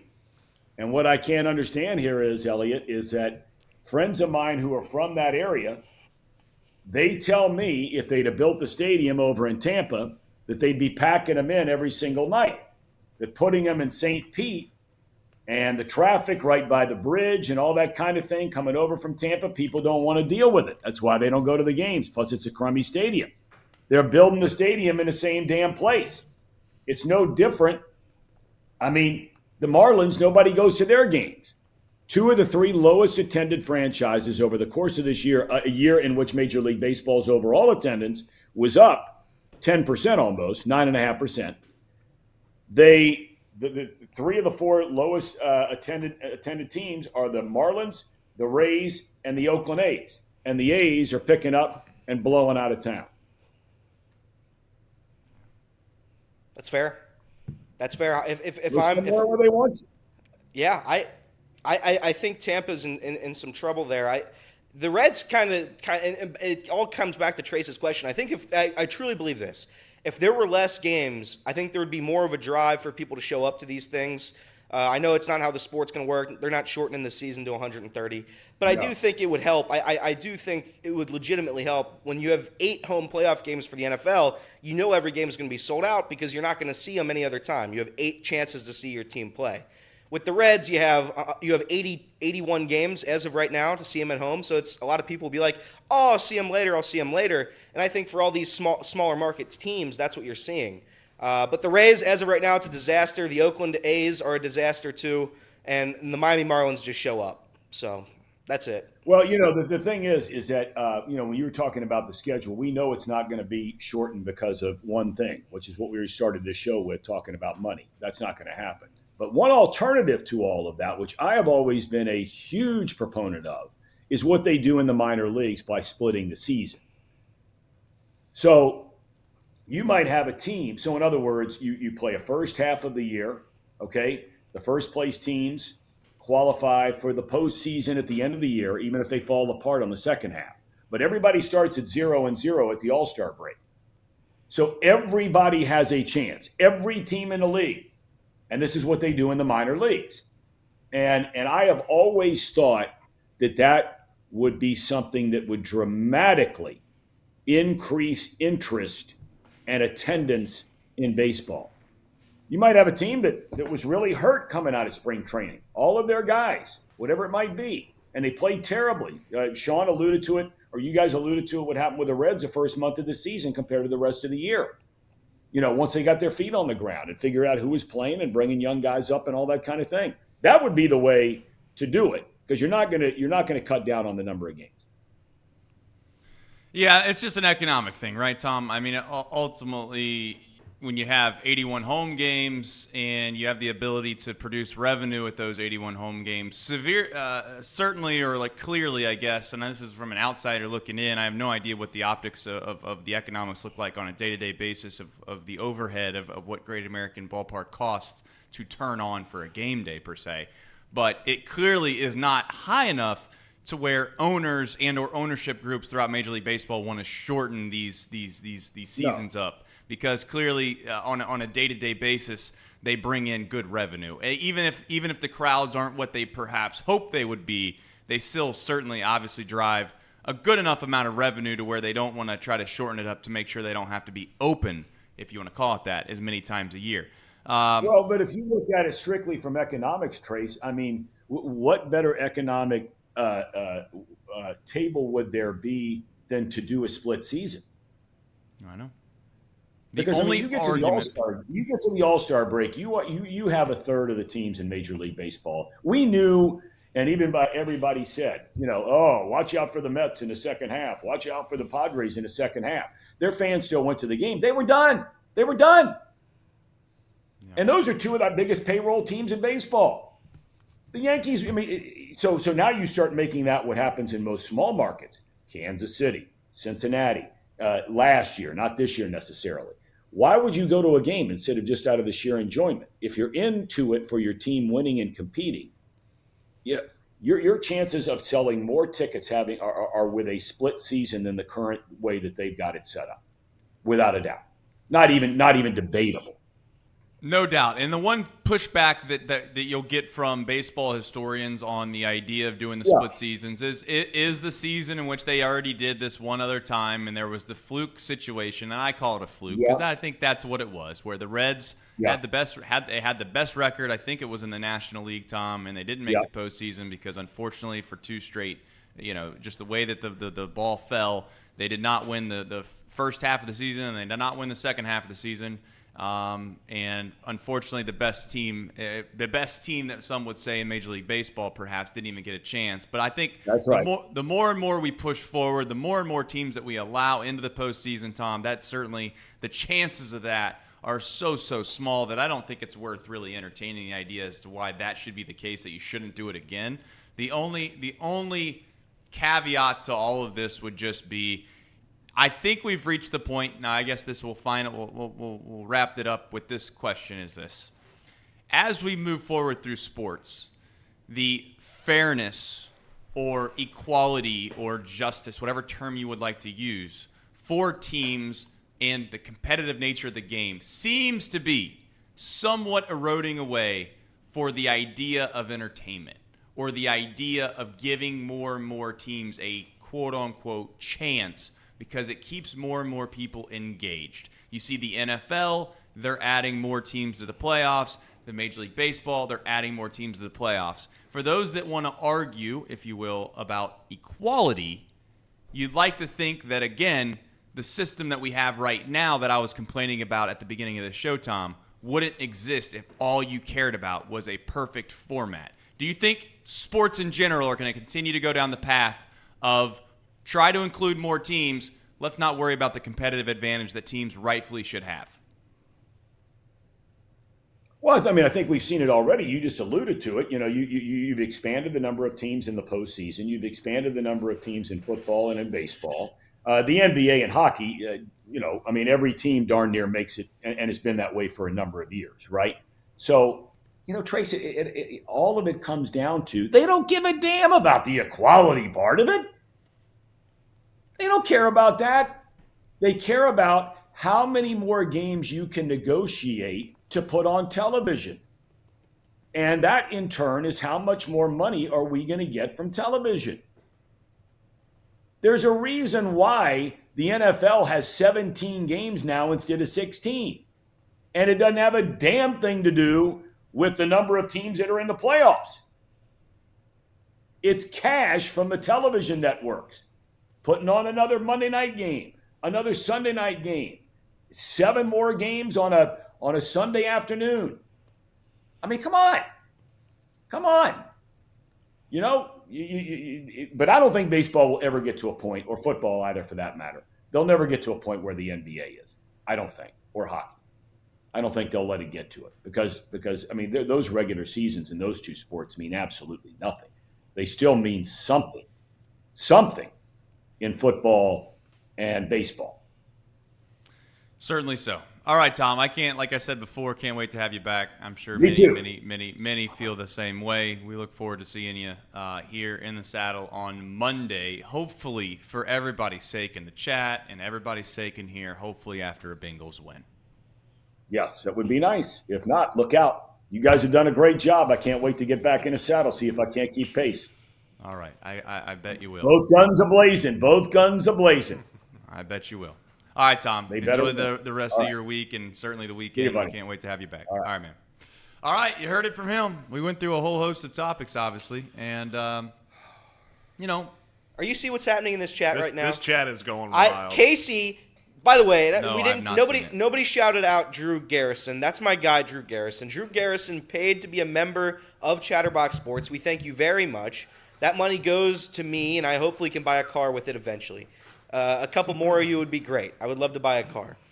Secondly, Casey removed Drew for nothing. I did not remove Drew. You kicked out Drew Garrison. I didn't remove Drew. And now My wife did. Now he's. Well, how does your wife have access to this? How does do your you wife mean have she the doesn't? power? What do you mean? She's a moderator too. Why?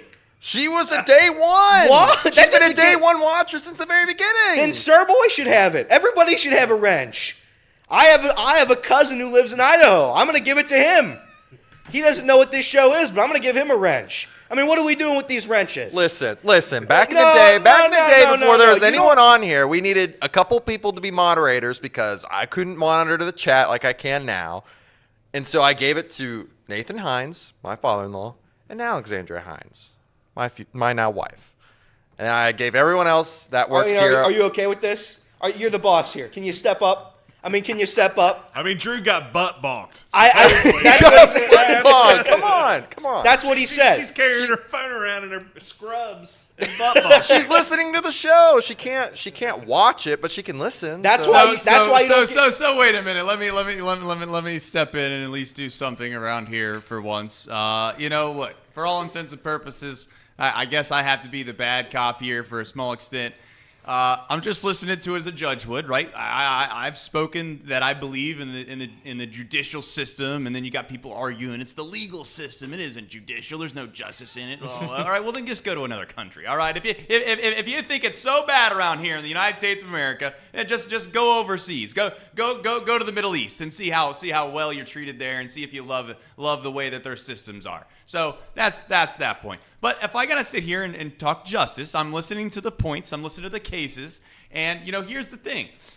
Most of the time, you can make decisions on short interim basis, right? You're like, okay, you have to do this for this long because you got to fill in a hole. Trace, you got to host this show. Do I want to host it forever? I don't want to make it sound like I don't like it, but no, I don't, right? I don't. I'm just trying to fill a hole. So Casey, for all intents and purposes, and yes, I use that as a crutch word all the time. Okay, I don't give a damn. But here's the thing. He said he needed to have somebody moderate the show because he did it, and this is something very clear that I just heard, and I want to say that I did catch it. He said, I wasn't able to like I can now. Well, here's the thing.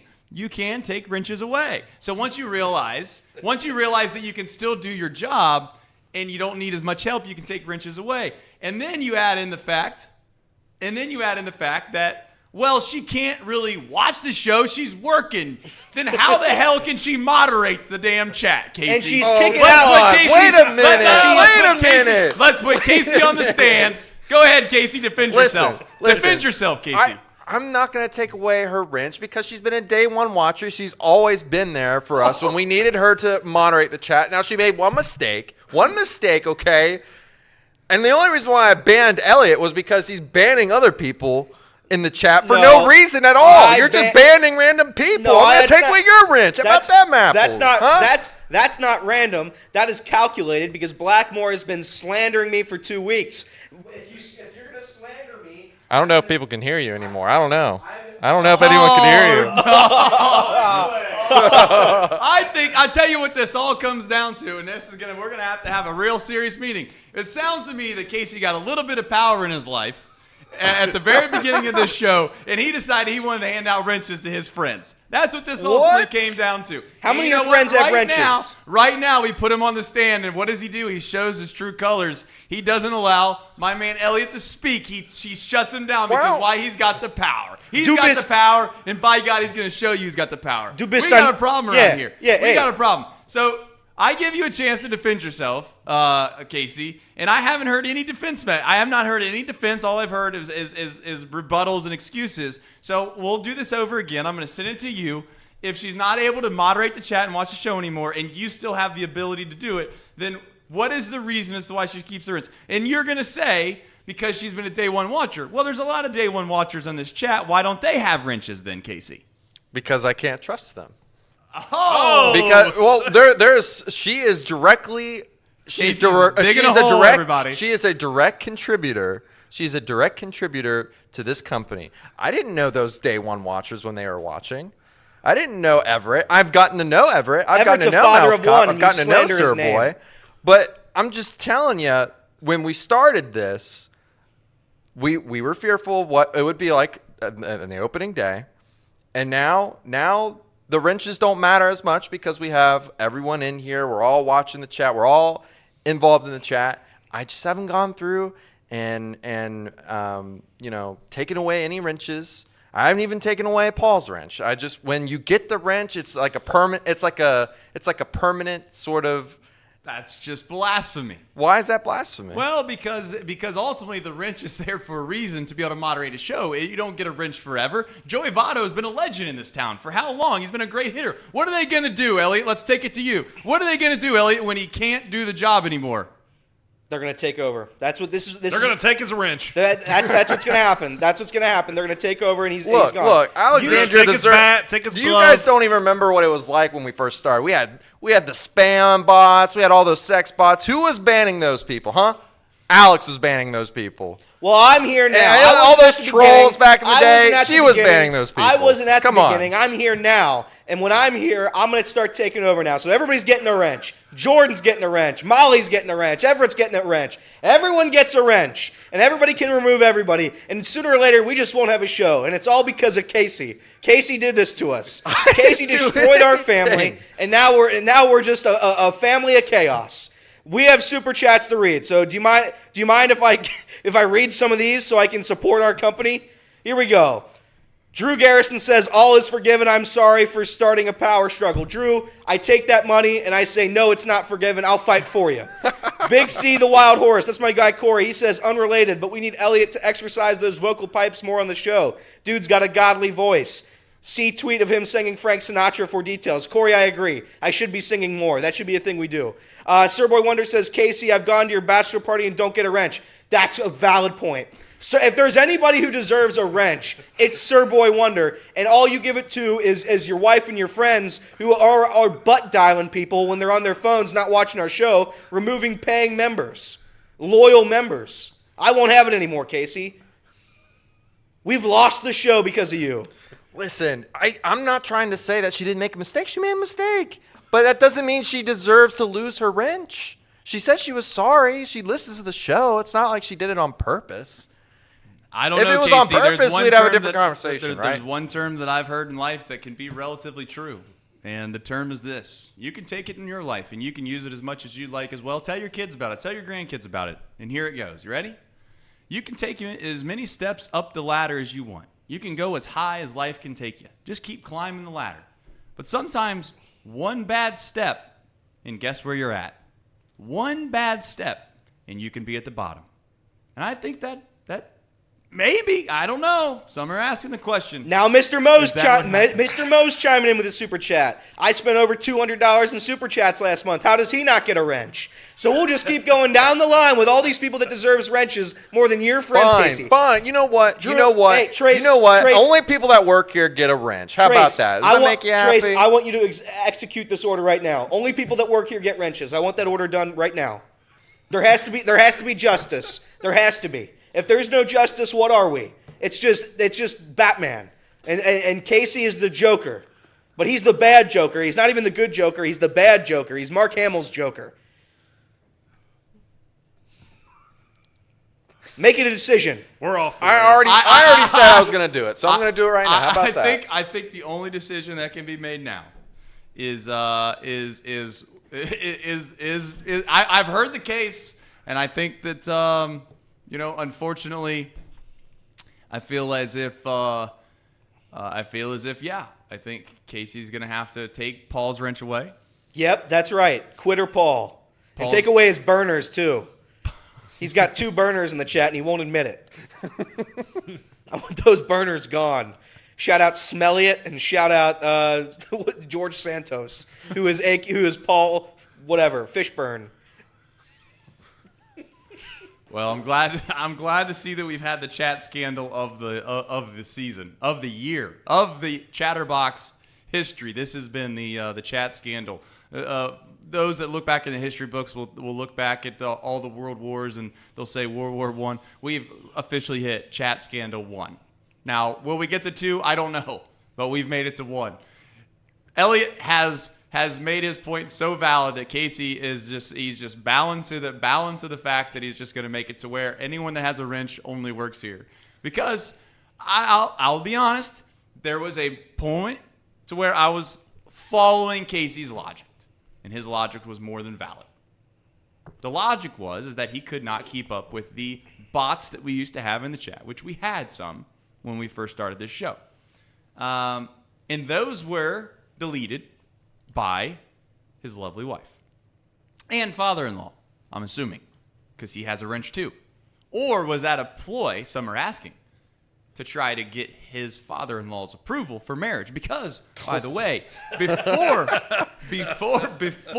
before he got married, this show did exist. Interesting. So now we're getting to the point now where I think it's safe to say that we have enough manpower to be able to moderate the chat. You've secured the bag, as some would say, in regards to your wife, where you don't have to have the approval of Mr. Hines anymore. Take his wrench away, Casey. I have already done the deed. I've already done the deed, and I took away the fake Elliott account. So the Elliott rearing, just the basic one. So now it's just the E-Train that has the wrench. Why can't I have my 2? No, because you if can't have 2 wrenches. Yeah, you I get can. one. You Yeah, get one I wrench can. per employee. Wait a minute. Yeah, I one can. wrench per employee. Come on now. What are we doing? No. Don't nod your head with that. He removed my other account. How am I supposed to find justice in silence? I can't do that. I want my other wrench back for this account right now. I want it right now. No. No, I'm not doing it. Trace, and by the way, I just want to say thank Trace. you, Nathan. Thank you, Alex, for being the moderators when we needed you. No, I don't appreciate thank your him. work. I don't thank him. I don't thank him at all. Casey I killed do thank you. Casey killed a family of raccoons, and there's no justice in this world. We have 20 minutes left in this show. We have to get to our bets from last week. We do have to get to a few things. One of them is our picks. We got to get to our picks because otherwise we're going to be doing picks in our old picks, and it's going to get really picky around here, and we don't want to do that. You don't want to get too picky. Let's just do it real quickly. Then. We don't want to get too picky. So we'll go through them right now. First up is Notre Dame versus Duke. Great cover. That's a bad beat. Great cover. Great cover. Love it. 2-point conversion got us at the end. So we lost. All right. Me and Spur, we lost. Simple as that. All right. Moving on. Won't be the last time. Oh, look at that. Interesting. Cincinnati v. BYU. Cincinnati -1. Everybody takes Cincinnati. Trace takes BYU. Trace wins. Next game. South California. Yes. Let's Southern go. Cal. USC v. Colorado. What a joke that game was. You don't go into Boulder at 12 o'clock noon. No, you don't, Spur. On a No, Saturday. In the Win altitude. by more than 21.5 points. Although I was definitely shaking in my boots. I thought that was going to be another just disaster for Colorado. No, they come back and almost win the ball game. USC is so What fraudulent. happened in that game? Because I had that game on for the first half while I was sitting in my car in a Toledo parking lot, by the way. What a lovely town Toledo is for all intents and purposes. And I know I say that all the time, but sincerely, what a beautiful city that is. And what are you laughing about? I lived there for 2 years. That was sarcasm. No, it wasn't. No, it wasn't. Toledo is a beautiful city. Real quick about that game. The roads are the best roads I've seen. The best roads I've seen in Ohio. Oh, wow. Now we got to figure out how in the world that This is a bit. This is a bit. I got to figure out how their local government is able to get them out of the roads and the conditions that they got them in, without anybody being upset about it. This is a bit. Those roads were in construction for the 2 years I was there. It was a disaster zone. I don't know. It sounds like Elliot just doesn't appreciate Toledo. I do. Sean, you got something to say? Colorado put in a receiver in the second half that hadn't played all year. Freshman comes in. I think he had about 7 catches for almost 200 yards or something in the second half. Really? It's like, where's he been? Sometimes coaches make mistakes. Yeah. Maybe he thought he was kind of like a Jake Browning kind of guy. Like, yeah, he ain't gonna help us. Let's not put him in. caught 7 balls for 100+ yards. Interesting. All right. Next game, LSU v. Ole Miss. And there's Casey. He's clapping. Oh, yeah. Go ahead, Casey. Go ahead. Jackson Fart. Let's go, baby. His real name's Dart for those that don't know. It's Fart, right? It's actually Dart. I have to say that not because it's not something you can say. You can say it, but it gets said so much around here that I don't want to lead our viewers to believe that they walk into a party and say, "Yeah, Jackson Fart, he's a great player." It's Dart, okay? If you want to call it Fart, you can, but just saying. All right, they did not cover LSU. Oh man, tell you what, Les Miles is in a world of heat down there.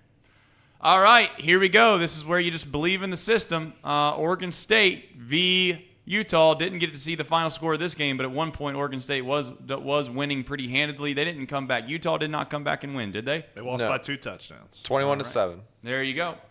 So congratulations to Oregon State. I guess they are somewhat the real deal. What do you know? The 3 guys that got it right are the system believers. Yeah. I mean, It's I true. tried to follow the system for 4 weeks, and it didn't work. And now you're trying to claim that it works now? Oh, okay. Well, it worked right All there. right. All right. Well, we'll find out what the system does for the rest of the year because I'm thinking that system is starting to heat up. Bad beat. Yeah, it's a bad beat.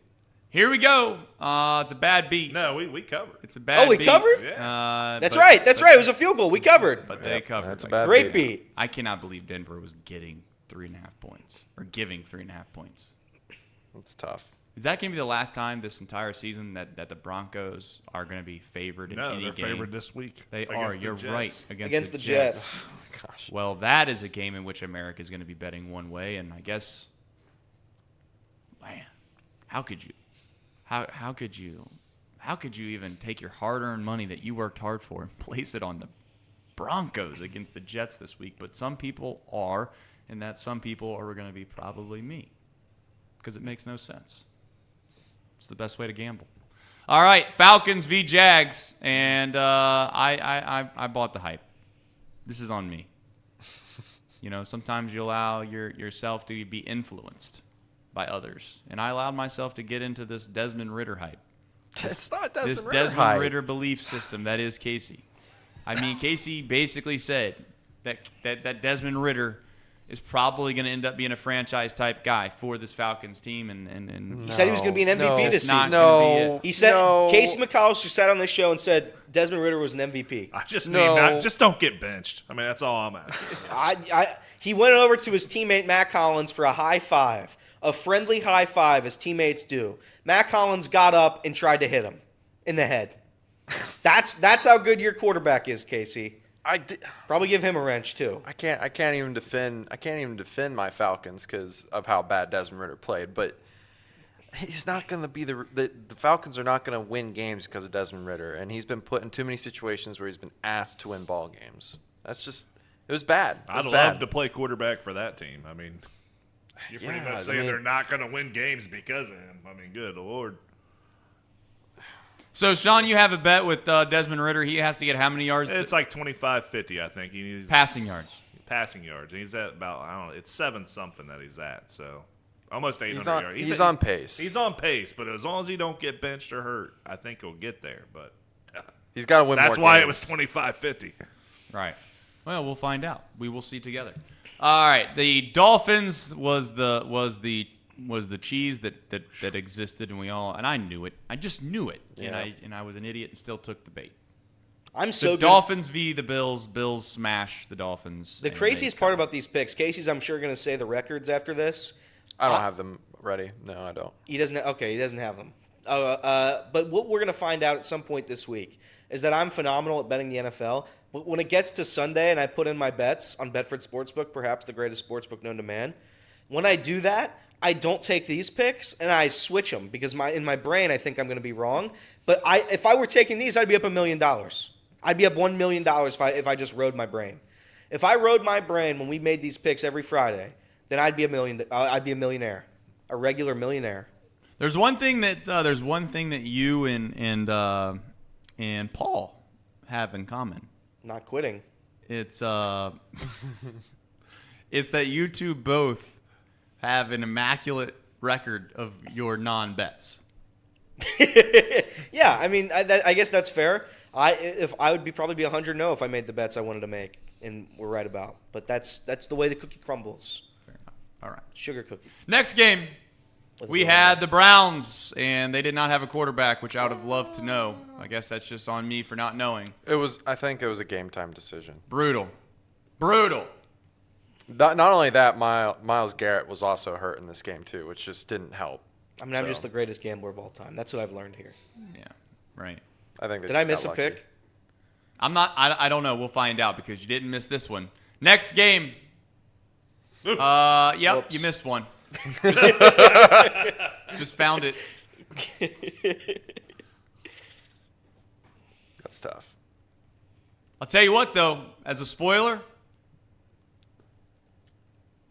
if I was a Bengals fan, I'd be fired up. I'd take a lot of solace in the fact that you're favorites this week, and I'm going to pick them. I think the Bengals cover. So, Bengals are going to win. They're going to be 2 and what would they be? 2 and 4? 2 and 3. 2 and 3. 2 and 3. 2 and 3. And we're out here acting like the season's dead. 2 and 3. They were 2 and 3 last year. Casey will tell you, hey, they were 2 and 3 last year. Now, last year last year they lost like 2 or 3 games by 3 points, and they were 2 and 3 and all that. But I guess the records are the same. But that's what Reed would tell you.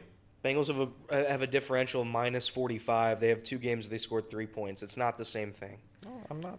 It's not the same thing. If anyone's going to try to tell you it's the same thing, they're wrong. I know I'm a negative person, but you can't look at me in the eyes with a straight face and tell me this is the same as last year. It's the same exact thing. Oh, we're starting slow. We got a quarterback who can't move, and we're not scoring points.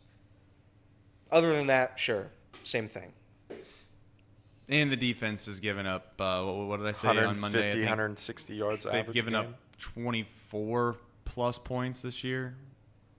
Maybe. I don't know off the top of my head, but I want to say they've given up 24-plus points 3 times this year. Is that right or wrong? Wrong. What'd they give up on? I think the Browns only scored 20. It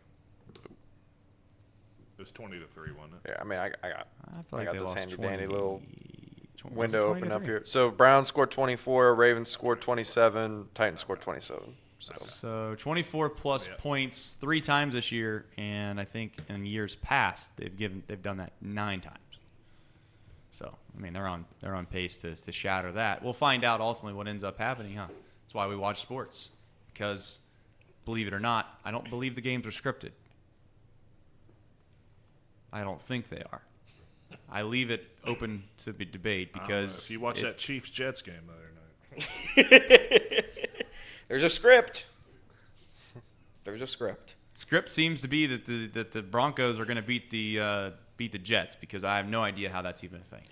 But I will at least acknowledge Reed's point, which is the Broncos should take solace in the fact they're favored. Yeah, they should. You're a clown. They should. I mean, you're just a clown. I'm not even going to acknowledge this again. They should. I mean, if you're a Broncos fan and you see that you're favored this week, I don't know how that doesn't just make you extremely excited. Especially, I mean, the Jets just looked real good on Sunday night. Right. Everybody, we were in here talking about how the Jets might be back on Monday, and then they're underdogs against the Broncos. There must be something in the water here that just breaks your guys' brains and says that's a good thing, because that's not a good thing. I don't care about it. Nobody should care about it. You should try to win a football game, not be favored by Las Vegas.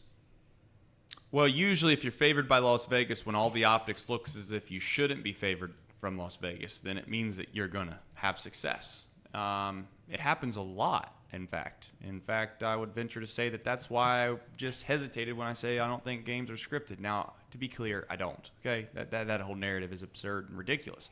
But I do think that Vegas certainly knows from time to time when there are optics that appear a certain way that aren't actually true.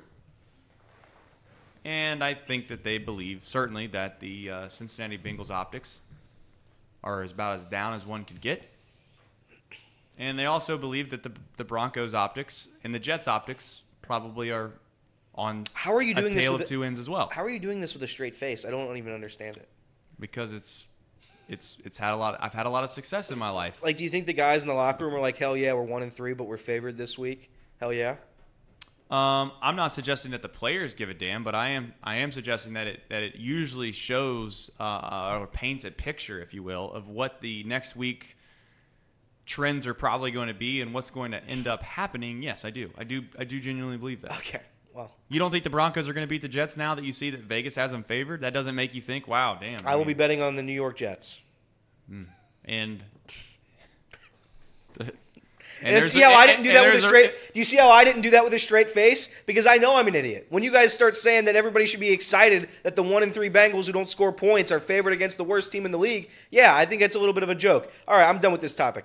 Really quick question: what's the over/under in the Bengals game? And I know we're getting ready to go into the vault. It's probably let's go in the vault when we get in the vault. Well, we'll go. Let's just go to the vault. No, I want to finish my thing. Don't take it to the vault, Casey. I want to finish with high school pick'ems. So the records. People want to enjoy the show. The record. I don't know. Chatterbox was founded on high school football. America's pastime is high school football.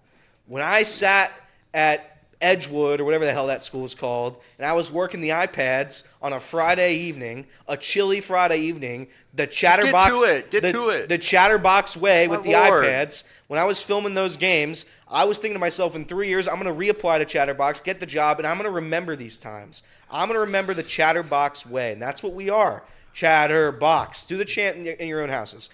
Speaking of that, though, the picks records, Casey is a phenomenal 28-7. Trace is 24-11. Reed is 24-11. Elliott had a tough week. He went 1-4. 20-15. Again, loser of this gets fired. They will not be on the show the rest of the year or ever, and they will lose their house. What was your record, Elliott? What's my record this week or Just all time? All time. 20-15. 20-15? So that's 20 wins and 15 losses. Okay, so how many more weeks are there of college football or not college 3 football? weeks roughly. But we're gonna do playoffs too. Okay. All right, go ahead. Let's go. What? Do you got something to say over there? How many? Who won what? Or you? No, I'm done. All right, let's go in the vault then.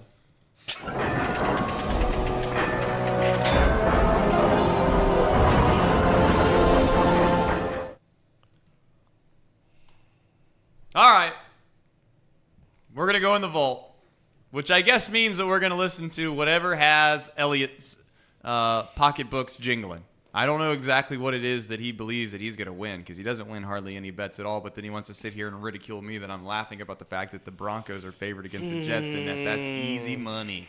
That's easy money. If there hasn't been a better sign in life that you should just put your mortgage on the Broncos, I don't know what it is. What do you got over there, Elliott? Can I speak? Go ahead. I love to speak. All right, so here's what we're going to do today. So I want you to sing. I'll sing later. You guys will get Can you yodel? You guys, Can you yodel for me?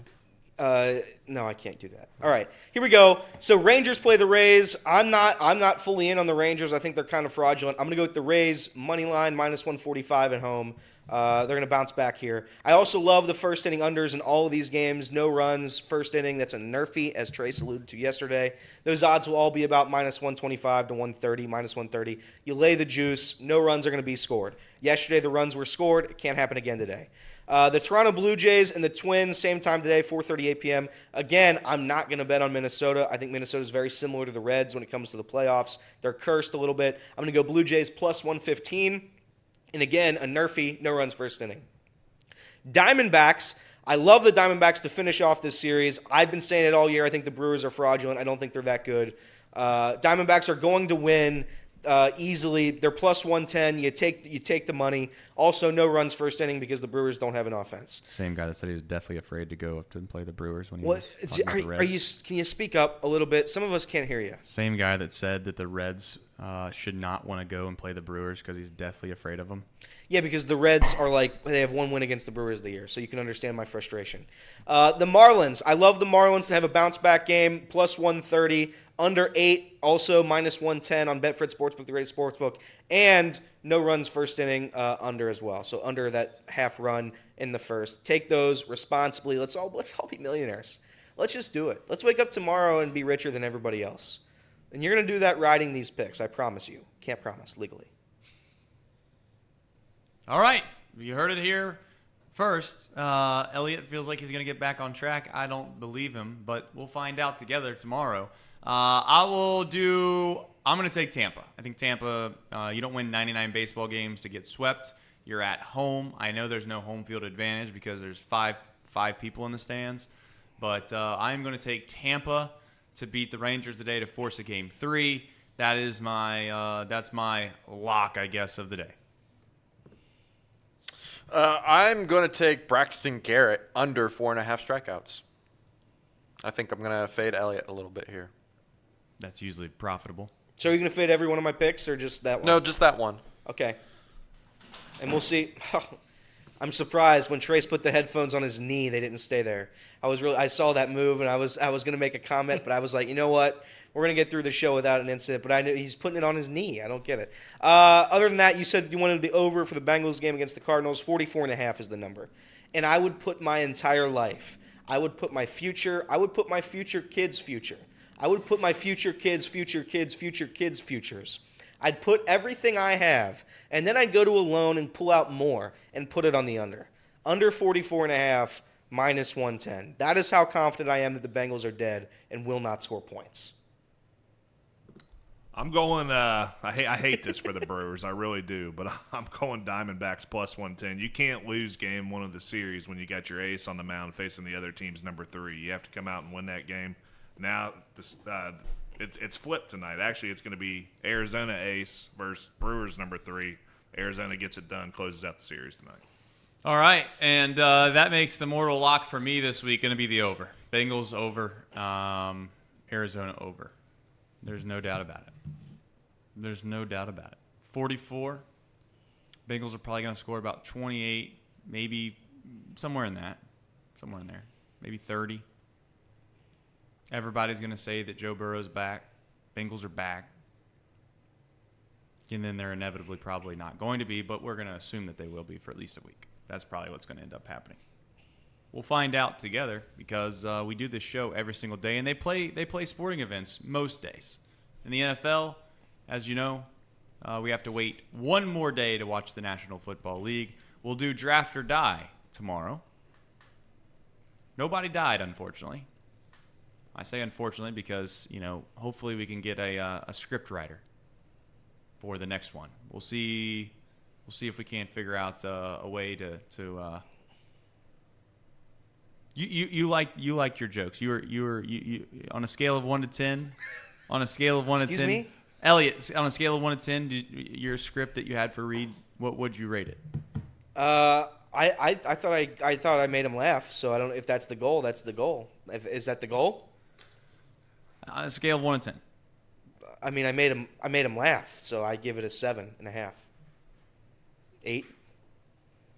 I'll write something better for you. Fair enough. Just gonna be about Stuart Fairchild. The issue is Jonathan that I India. don't plan on losing, so I shouldn't have to do it. And that's the beautiful thing about that game is that if you pick 2 games and you don't lose them both, then you're good to go. We'll have Draft or Die tomorrow. We will have Casey's Stink List 100% tomorrow. 100%. We don't have an option. We got to get to it. Casey's Stink List will be tomorrow. I'm glad that Chatgate was solved today. Don't know if it was solved, but we got pretty far in a short amount of time. This is where we need to have cameras rolling at all times because I'm sure there'll be some beautiful conversations that are had once the show's over.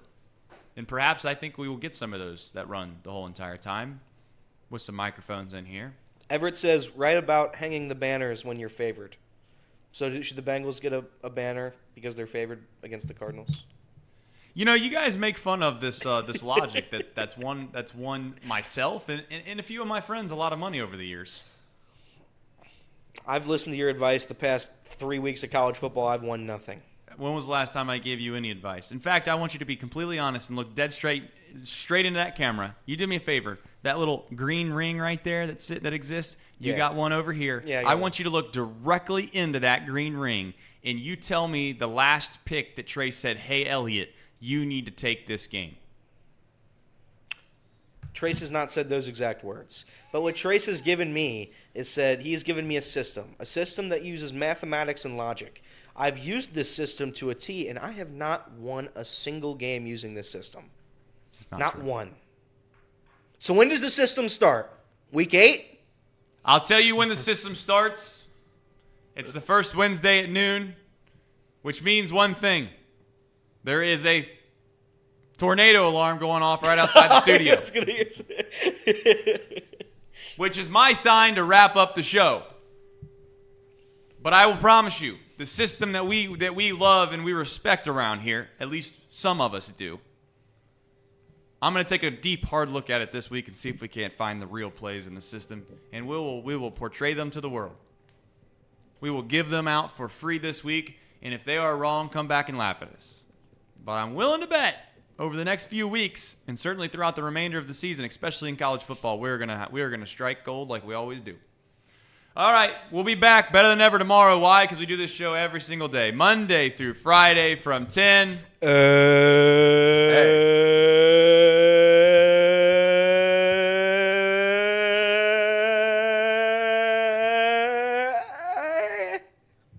To 12. B. P. Which means we'll be back here better than ever tomorrow, bright and early. Not really bright and early, but it's somewhat bright and early on the West Coast. But on the East Coast, it starts at 10, which means it's not bright and early. But we hope to have you back. If you come back, some of us wonder why. But we'll take you anyways because we love you all. We'll see you tomorrow.